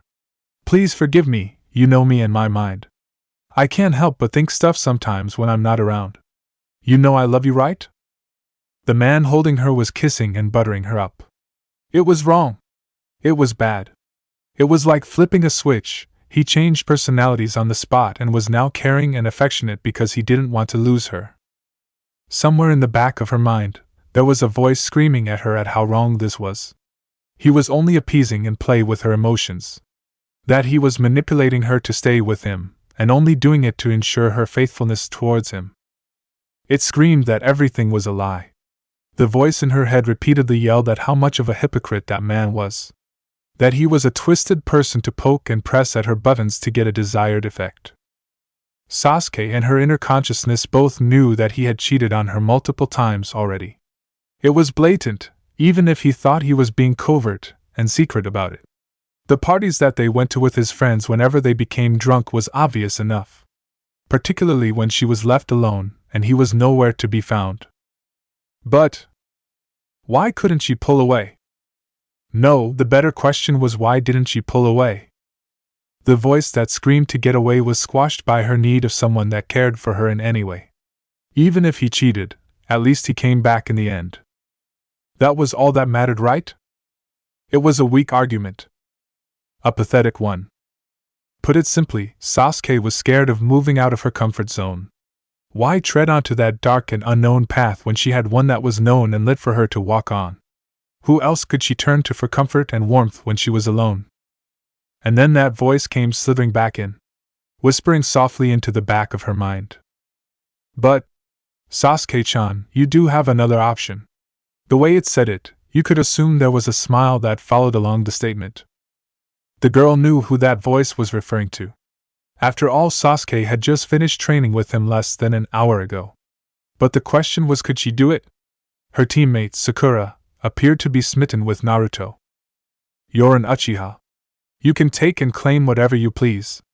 You needn't care for what anyone else feels or thinks. He is fair game in the end. Would she even attempt to? No, it was more like, could she even do that to Sakura? Her pink-haired teammate who had been nothing but kind and caring to her? Yes. Yes, you can. It would hurt her teammate though. Sakura was a considerate and kind-hearted person. And for her to tear it all up even after her pink-haired squad mate helped her with traumatic experiences would be monstrous. It was a vile thing to do. But do you really care in the end? After all, you need this more than her, Sasuke-chan. She did. She did care for her teammate.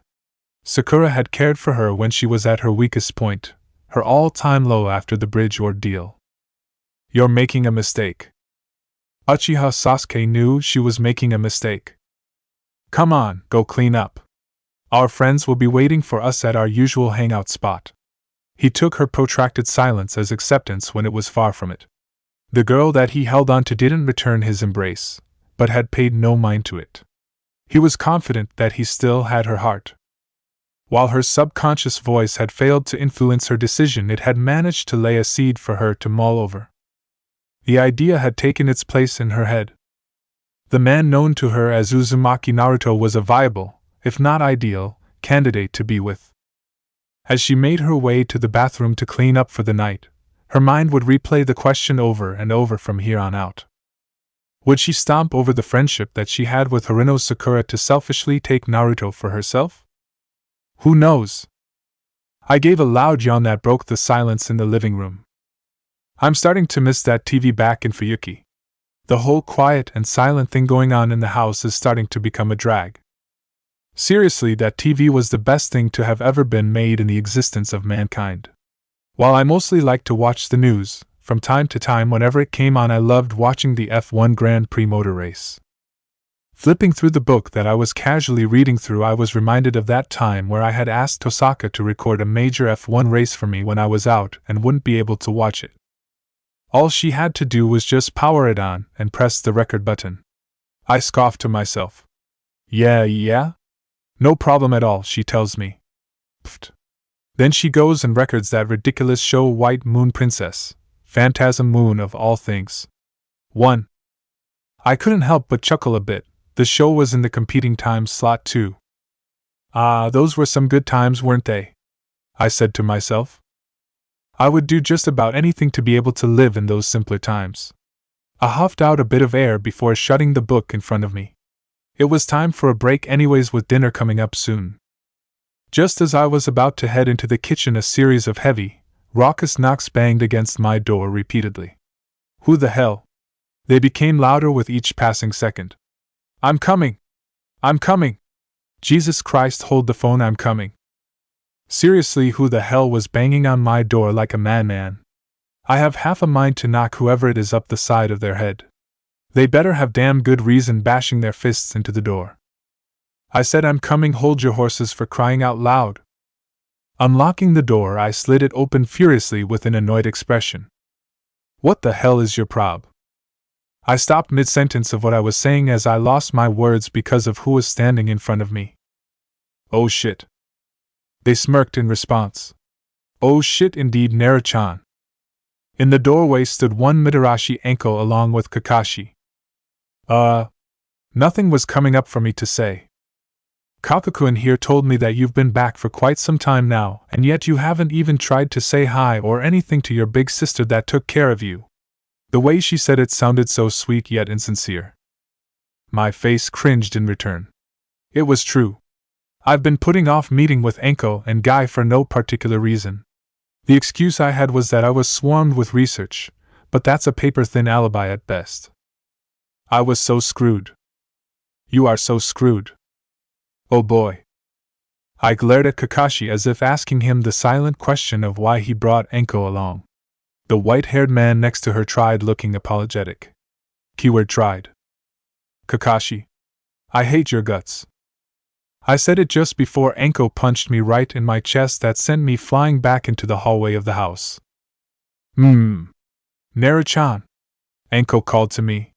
Your cooking is even better than before. This makes up for you hurting my fist and not saying hi to me since coming back home. How is it my fault that you punched me? You provoked me, of course. My eyes rolled before I went back to my dinner. I wasn't going to bother trying to argue with another person that was on the same wavelength as Kakashi. They were two peas in a pod, I swear. For tonight's dinner I went with something easy and quick. A Shaolyapan steak don that had rice mixed with little bits of pickled plum paste, beef sirloin, pan-fried onions, and a red wine and soy sauce topping. 2. And from how much they were eating with gusto, I can proudly say that my dish went above and beyond their expectations. I got all the relevant information you need, Naruto. He was already finished with his food and placed a thick folder that seemed to be neatly organized. How nice of him to actually be considerate for once. Wait, Anko was sitting right next to him. My eyes narrowed at him. Why was he talking about this right next to her? Ahem. I think you mean Anko got all the relevant information. Kakashi, spill it, now. I told you this needed to be kept private. He simply shrugged, of all things. I was almost finished compiling all the necessary documents and reports before Anko got curious and started snooping around. Considering she was also a student of Orochimaru, I figured why not? Did I not stress to him how important this was, that it must be kept under wraps at all cost? Of all the bone-headed things, I told you this needed to be kept secret. This is beyond you and Anko. If word gets out and someone picked up on it, then there'd be too many prying eyes and ears. I was peeved, if not a little pissed.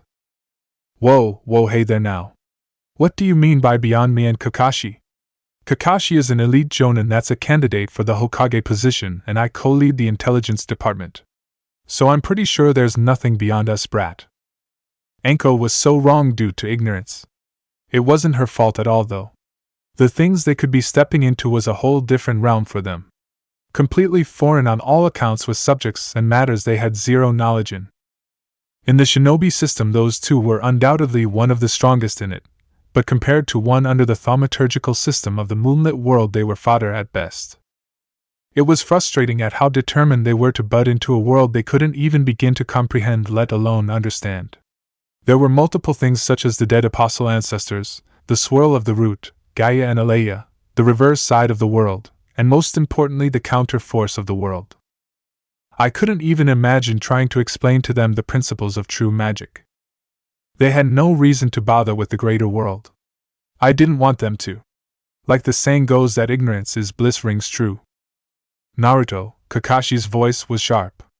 What are you so desperately trying to hide and keep us out of? Anko has just as much right to know why you're trying to find information on Orochimaru. I'm not too fond of being kept in the dark, so I'd like some answers right about now. Rubbing the side of my head, I couldn't help but let out a frustrated groan. They were waiting for me to answer them from what I can tell by the ensuing silence. Should I really expose them to the world of magi? I mean, I sort of already did with Kakashi and his students, but they probably think it's just some weird summoning technique. Plus, I wasn't going to be staying here for much longer once my research has been completed. There were problems that had been put on hold overseas back at the Mages Association, even more so in Fuyuki City. Amiya Naruto had ran from his problems and stumbled into more in his hometown. Naruchan, it was Anko. Her voice was unusually soft, and she was tapping into that big sister persona of hers that she had when she'd look after me. Please, you've been gone for so long and changed so much. We're just concerned about you. Kakashi might not say it, but he cares about you more so than you think. For over 4 years you disappeared, and almost half of that you dropped off the face of the earth completely. Naruto, there's people, no, friends who consider you family that you left behind. Don't forget you've built bonds here in your home. Ugh, they were pulling this card either unknowingly or intentionally, and goddamn was it working. I know they mean well, but is it wrong of me wanting to keep them ignorant so they didn't get hurt? For some it had been over 4 if not 5 years since they've last seen me. They simply wanted to know what happened since then. They wanted to know how I've grown up and how different I was now. But most importantly, they wanted to know what I've been up to. I'll tell them what they want to hear and omit several things. There'll be several important things that I'll leave out. Basically a half-truth really, but they didn't need to know that now, did they? I sighed loudly and rubbed my forehead in defeat. Promise me that whatever I say or answer you won't go running out of the house screaming your head, okay? The Mage Association was going to kill me. The Holy Church was going to kill me. And several others were going to kill me for being so reckless. If they found out, that is. You have our word. Right, Kakashi? Yes, you have my word, Naruto. I took a sip from my drink to prepare myself. My right arm started to act up again of all times. It nearly crushed the cup, but I set it down quickly enough to hide it. Hopefully they didn't catch it. I guess to start things off. I took a breath to calm myself. They leaned forward. I have a secret that I haven't told you. I'm a magi. Huh? The demon of the left arm, crown, made its way to Amiya Naruto's residence in the cover of the night with haste. It had spent the better part of the entire day investigating the caverns underneath the Hokage mountain. The information it had been able to uncover necessitated its meeting with Amiya immediately, no matter what. With ease, the king of rats entered the house and made its way to the living room. Looks like Amiya-kun has friends, Let's see what he's talking about, shall we? I have a secret that I haven't told you. I'm a magi. Ah, it seems I just made it in time. Careful, Amiya-kun, you shouldn't spill too much now. It was paramount that thaumaturgy was kept secret to the public, particularly those that lived here. A thought crossed its mind. Maybe it should intervene and control what can and can't be said. If Amiya believed the other two that were in the room with him was safe to talk about magi business, then maybe it would be okay to be a little lenient on the rules. Although it did seem like they were about to have a heart-to-heart moment, so maybe it wasn't a good idea? And then it remembered. The King of Rats was effectively the representative of Miriam Solomon, a dead apostle ancestor. They were one and the same thing. Besides, I usually deal with the social matters for me anyways. Dead apostle ancestors such as himself that had lived for thousands of years ascended beyond mere simple human pleasantries. They damn well did as they pleased. And so it was decided. Miriam Solomon was going to crash the party and formally introduce itself. It quickly found a way into the ceiling above the dining room before opening it up to get a view below it. The rat hopped down and landed on the table with a soft thud, surprising everyone seated at the table. I hope I'm not interrupting anything, am I? Everyone at the table froze at the sight of a rat wearing a crown on its head landing on the middle of the table. My jaw was unhinged as I stared on while Kakashi and Anko had both jumped out of their seats with their weapons out. And then it spoke. I hope I'm not interrupting anything, am I? Of all the time and places that it had chosen to make itself known to me, it decided now would be the perfect time to do so. The rat turned towards me. Good evening, Amiya-kun.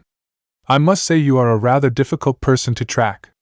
You gave me quite the challenge trying to find you, but with time and patience I was able to find you. I groaned and covered my face with my hands. This was going to hell in a handbasket fast. What the hell? Miriam turned around. Oh. In my excitement I almost forgot that you had guests, Amiya-kun. Would you mind introducing me to them? Kakashi. Anko. This is Miriam Solomon. Miriam. This is Kakashi and Anko. They're short, sweet, and simple. Ah, no fanfare? No titles? Nothing? How awfully drab of you, Amiya-kun. It sounded disappointed in its squeaky voice. Then I'll do it myself, ahem. The crown rat stood on its hind legs and bowed. You know, if there was a circus act for Rat's crown would be its star for sure. I am Miriam Solomon, or in your language Solomon Miriam. I represent as a special inquisitor of the Holy Church and mediator of the Mages Association, as well as being the number 20 of the 27 dead apostle ancestors. Nice to meet you all. Smack. My hand met my face as hard it could. He did it. He dropped the goddamn bomb in one fell swoop. What happened to tact? What happened to being cautious and keeping secrets? Miriam, what the hell are you doing? And does that mean you're rather high up? Asked Anko. And what is a dead apostle ancestor? Followed Kakashi. Oh, Aleya, please kill me right now. Please just show up and let me sign that goddamn contract of yours to turn me into a heroic spirit. Anything but this right now, please. It tilted its head cutely. Indeed. I'm at the top of the pecking order. And as for what a dead apostle ancestor is? Well, I'm an undead vampire, of course. Smack. The other hand came up to smack my face. How is this being secret? How in the world is this being covert? He's breaking so many rules. Amiya Naruto forgot one important fact about the small aristocrat cadre of vampires. They marched to their own tune. All I was going to do was give them some half-truths, a tweaked explanation on magecraft, and a heavily edited version of what I've been up to for the past couple of years since I've been gone. Does Naruto have any association with the two organizations? It was Kakashi. Of course it was Kakashi. He of all people would be zealous enough to find out more about me. Oh yes, indeed. Amiya-kun here is a well-known enforcer and executor for both the Mages Association and Church respectively. That's it. I'm done for. He threw everything I had prepared out the window and burned it to the ground. Crown, I seethed. What are you doing? Answering questions, obviously. He said it as if it was simplest thing in the world. Well, you're answering too much. You're endangering both the association and church. It took a moment before it finally realized why I was so concerned. Oh, you're simply worried that I'm giving out too much information, huh? Don't worry about that, my boy. I hold all the cards here, so it doesn't matter what I give out. What? Wait. Solomon, you didn't, did you? Please say it isn't so, Crown. Please. Infiltrate and find out every dirty little secret Konoha held? What, you take me to be a fool to idly sit around and babysit you? Amiya-kun, you insult me greatly. I'm dead. Konoha was going to put me on a goddamn operating table and dissect me open like a lab experiment. Did you just say you infiltrated all of Konoha? Anko asked shakily. Oh yes. You Shinobi have some interesting defense and security mechanisms, for a human that is. Kakashi and Anko looked at each other. There was a pause after his statement, and I didn't like how the two jonins in front of me were sliding into an offensive posture. Just before they were about to spring into action, they were frozen in place. I'm sorry, but it seemed like you were about to start a fight. I'm afraid I can't let you do that. So how about we all sit down and talk things out, shall we? Crown had easily enthralled them, easily submitting their wills to his. They were no longer in control of their bodies. Miriam, you're making things so much worse. My voice was muffled from how my face was covered in my hands. I couldn't bear to look at the scene unfolding before me. The two jonins looked like they were trying to fight it, but it was no use. It was a small taste of what a dead apostle ancestor could do. Now when I let go, you won't attempt to attack me, okay? He was speaking to them as if they were children. I'll be happy to answer more questions, as it's only fair since I know so much about you all, and yet you know very little of me or Miyakun. Blink once for yes. Blink twice for no. Crown turned towards me. By the way, if they blink twice, I'll be wiping their minds. Yes. Because that'll make everything so much better. I rolled my eyes. Both of them blinked once. Thank the root for small favors. That was strange? Weird? Otherworldly? Finished Crown. Enthrallment is fairly easy to use on individuals who have not been exposed to thaumaturgy. If I tried using it on a Miyakun here, he'll simply shrug it off with annoyance. At that, he tried the same thing on me, in which I picked him up and dangled him over my teapot. Miyakun, could you not leave me over a pot of hot tea? It's rather uncomfortable, and it's messing up my silky smooth white coat. I simply moved him closer to the heat. What do you want, an apology? A little closer. How rude. A lot closer now. Okay. I apologize for exercising my powers. Now put me down this instant. I held him over it just a little longer before setting him down beside it. Kakashi. Anko. I'm sorry, really. I didn't mean for it to be like this, or rather, introduce you to what I've gotten myself in. The Sharingan wielder was having none of it. You've got a lot of explaining to do, Uzumaki Naruto. I flinched. Uzumaki?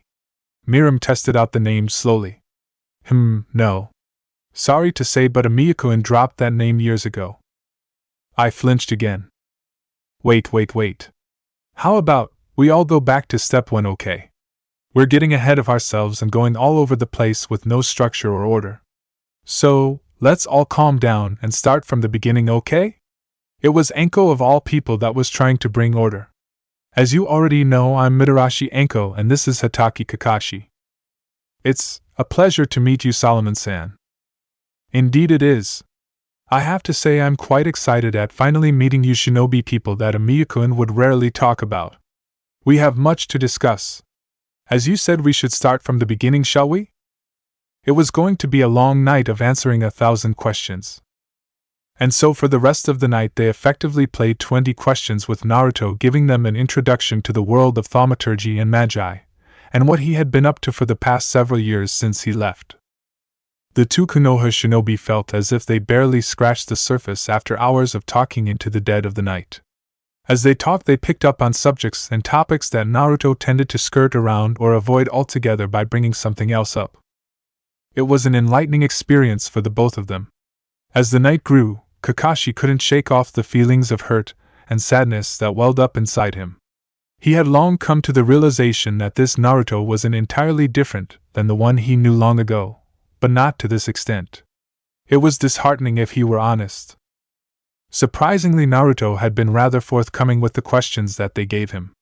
Anko was more of personal question about his life in general, while Kakashi had taken a more scholarly route, trying to delve deeper into the world of magi. While the terms and information seem important to Naruto, it doesn't mean much when you don't know the weight behind them. Enforcer? Executor? Thaumaturgical theory? Circuits? Mysteries? They didn't go far into them, just skimming the surface of it. He sighed as he tried processing all the information that was being dumped onto them. One thing for sure is that it's going to take some time trying to sort this all out.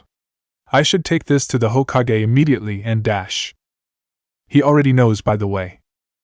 The rat's squeaky tiny voice broke him from his thought. Pardon me? He already knows. That Hokage of yours. I took the time to search through his desk and found a curious little book written by one Amiya Kiritsugu. He's known for quite some time now. Kakashi blinked. Tell me, how many people know about this? A grand total of 4, I believe. The leader of this village, his friend, and now you too. I have to say they've been sitting on that information and have yet to do anything noteworthy. You'll be wasting your time really trying to talk about this to anyone else. My advice? Keep it to yourself. Crown, started Naruto. What did I say about threatening them? I am simply giving advice, Amiya-kun. Nowhere did I even hint of threatening them. It cutely crossed its arms and looked away. Besides, no one would believe them. Magic? PSSH. They'll automatically assume it's something about a card trick or pulling a rabbit of a hat. But ninjutsu and magecraft do share some similarities though, noted Naruto. You're right. But it's the core of each system that makes them intrinsically different, Amiya-kun. Remember. People like you, it pointed a paw towards Naruto, must adhere to the boundaries placed by the swirl of the root. The people that live in these lands, its other little paw pointed to Kakashi and Anko. Follow a completely separate and different foundational theorem compared to ours. You totally just lost me, spoke a confused Anko. Everything that was being said was soaring over her head. The purple-haired ninja was starting to feel the need for a stiff drink to digest everything that was being said. I think it's best if we took a pause here for tonight and come back later. He turned to Naruto. And don't think you're off the hook just yet, Naruto.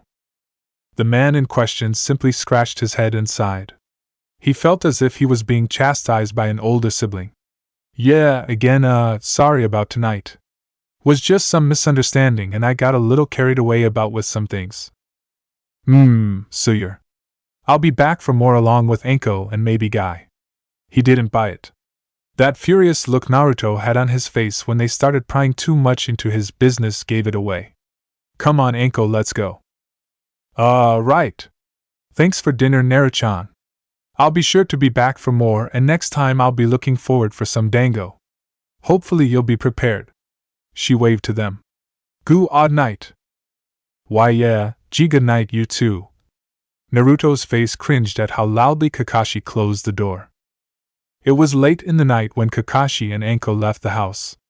The streets of Konohagakure were unusually quiet at the moment as everyone was preparing for the Monday hustle and bustle. For several minutes neither one of them spoke to each other. It didn't matter too much as it allowed them to take in at what occurred at dinner. Kakashi. I hope you're not too mad at him, are you? Anko broke the silence between them. But she didn't receive an immediate response to her question. In a way, one could say that Mitarashi Anko represented as the soft and understanding elder sister to Amiya Naruto. While she certainly felt hurt that she wasn't trusted enough to be told personal details, Anko knew enough to let someone have their boundaries and sooner or later they'll come confessing. Hatake Kakashi came in the form as the relaxed and carefree older brother that became stern and harsh if provoked. He was the one that enforced the rules and met out the punishments if need be. He was the one that usually had the final say in matters. I don't know. I started cooling off after he answered some questions, but it just rubbed me the wrong way about the whole thing. He's just so different? Changed? Yes, quite so. His voice was quiet and soft. You know, I was excited to finally meet him after all these years. I expected to still see that kid with bright, hopeful eyes and a face that seemed so innocent and honest. But when we sat down and ate, everything that used to be there just wasn't. She sounded glum and dejected. He does his best to hide it. You've noticed, right? Kakashi nodded. He had experienced it firsthand on Team 7's first day of training with Naruto. He reasoned and excused that it was simply because of fatigue, but he saw through it easily. I'm impressed that he hides it so well. Being depressed and despondent, that is. Whatever happened while he was gone must have crushed him, broken him. He looks as if he's seen and done too much. What do you think? What did he think? That was a good question that could only be answered by Naruto. Maybe a lost lover? Maybe he lost a group of friends on a mission. Maybe someone destroyed his dreams? There were so many possibilities he couldn't even bother narrowing it down. I really don't know. And did you notice his right arm? Yeah. I've noticed it for quite some time, really. Makes me wonder if something happened to it. Did it get cut off and replaced? Maybe he suffered some grievous injury and he hides it? Just, the more we try and find out about Naruto, the more questions keep popping up. A pregnant pause befell them before they came across a fork in the road. It was here that they would part directions back to their respective homes. So, you're not mad anymore then, right? Not anymore after talking about it. Now it's just concern. He chewed the inside of his mouth. Makes me wonder if this is what Minato-sensei goes through at times when he dealt with me and my other teammates. We'll just have to be patient and slowly coax him out, Kakashi. Whatever damaged him in the past, damaged him critically as a person. The man simply hummed in response. He wasn't going to bother to get some reading time with his book. Tonight he was going straight to bed to mull things over. Good night, Anko. Good night, Kakashi. Well, that was fairly entertaining. Don't you think so, Amiya-kun? No response. Eh? Amiya-kun? Naruto was covering his face. Miram. I hate you. The boy sounded exhausted after the disorganized and chaotic conversation that just took place. That was just the most jumbled up and cluttered discussion I've ever had. It was giving him a migraine just thinking about it. And then, you had to enthrall them? I was about to stop them and then, oh God, I'm so screwed. The king of rats didn't respond, allowing him to continue. God, this whole night went downhill so fast. But it was an entertaining night, don't forget that. He glared. For you, maybe? You know what? Why are you even here in the first place? Why did you follow me all the way to the other side of the world? Because you ran away from your responsibilities, Amiya-kun. You ran away from a person that loves you. Did you know she too is hurting? Did you know that you hurt her by leaving? I'm trying to conduct a mission. For the association and the church. Is that what you tell yourself at night when you go to bed, Amiya-kun? Naruto's mouth felt awfully dry at Crown's counter. He looked away in shame. He couldn't even bother to make a response. Did you believe that you could come back out to this part of the world to play hero for these people? So that you could feel better about yourself, maybe? That if you think you can save these people it'll be better in the end? Amiya-kun? Are you trying to find an early death by coming back here? Amiya-kun? Answer me. It was grilling into him harshly. He was met with no response. Amiya-kun. You need to accept that losses occurred that night in the caverns. You need to accept that you couldn't save her and… At the mere mention of her he stood up. You can stay at the house, Solomon. I'll be going to bed now, good night. And just like that he left to head towards his bedroom. Crown sighed loudly. Well, that went as expected. It looked around the room. And it seems like I was a tad too earnest in messing with that boy. I forgot what I came here originally to tell him. And then it shrugged. The dead apostle could wait a few more days before it shared what it found underneath the mountain. They had time for now, but first he would need to get to the damaged individual known as Amiya Naruto. When Amiya Naruto crashed onto his bed that night, the entirety of his being felt like it was being weighed down by 1,000 anchors. The words that Miram Solomon spoke to him stunned deeply into his bleeding heart. It was akin to pouring salt into an open wound. He wanted to say it was false. He wanted to say they were lies. But they were all true. He left a grieving girl that also loved him back in the clock tower for selfish reasons. He hadn't bothered to ask or stay to heal. He had upped and left to go lose himself in a place where battles occurred daily. A coward's way out, one could say. He dreamt again that night. It was a dream of when he had first met her. When she had saved his life from a man that had already killed him once. The thrust from his spear was of lightning. The man's spear had thrust to pierce his heart once more. But The lightning that tried to pierce him is repelled by the moonlight that saves me. A resound clang resonates through the quiet area, a beautiful sound. No, the sound before him was heavier than steel itself. It's just that the night was beautiful enough to turn it into a charming sound like a ringing bell. I ask of you? Are you my master? Her voice lights up the darkness surrounding us. Servant Saber has come forth in response to your summons. From this time forward, my sword shall be with you and your fate is henceforth my fate. Now, our contract is complete. Yes, the contract he had unknowingly made had been completed. When she chose him as her master, he was sure that he swore to help her too. Time stilled. The scene lasts less than a second. But the boy was sure he'll remember that scene vividly when he's gone to hell. Her face slightly turned. Her vibrant green eyes looks at him as if peering into his soul, judging him. The instant becomes an eternity. The girl before the boy was garbed in armor and blue. Her stance, her demeanor, her manner was that of a king.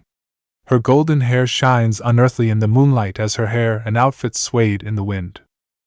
In that moment the boy known as Emiya Naruto became enchanted of his savior. Of his saber. And so Emiya Naruto dreamt of memories long past, wishing that he may live them once more again.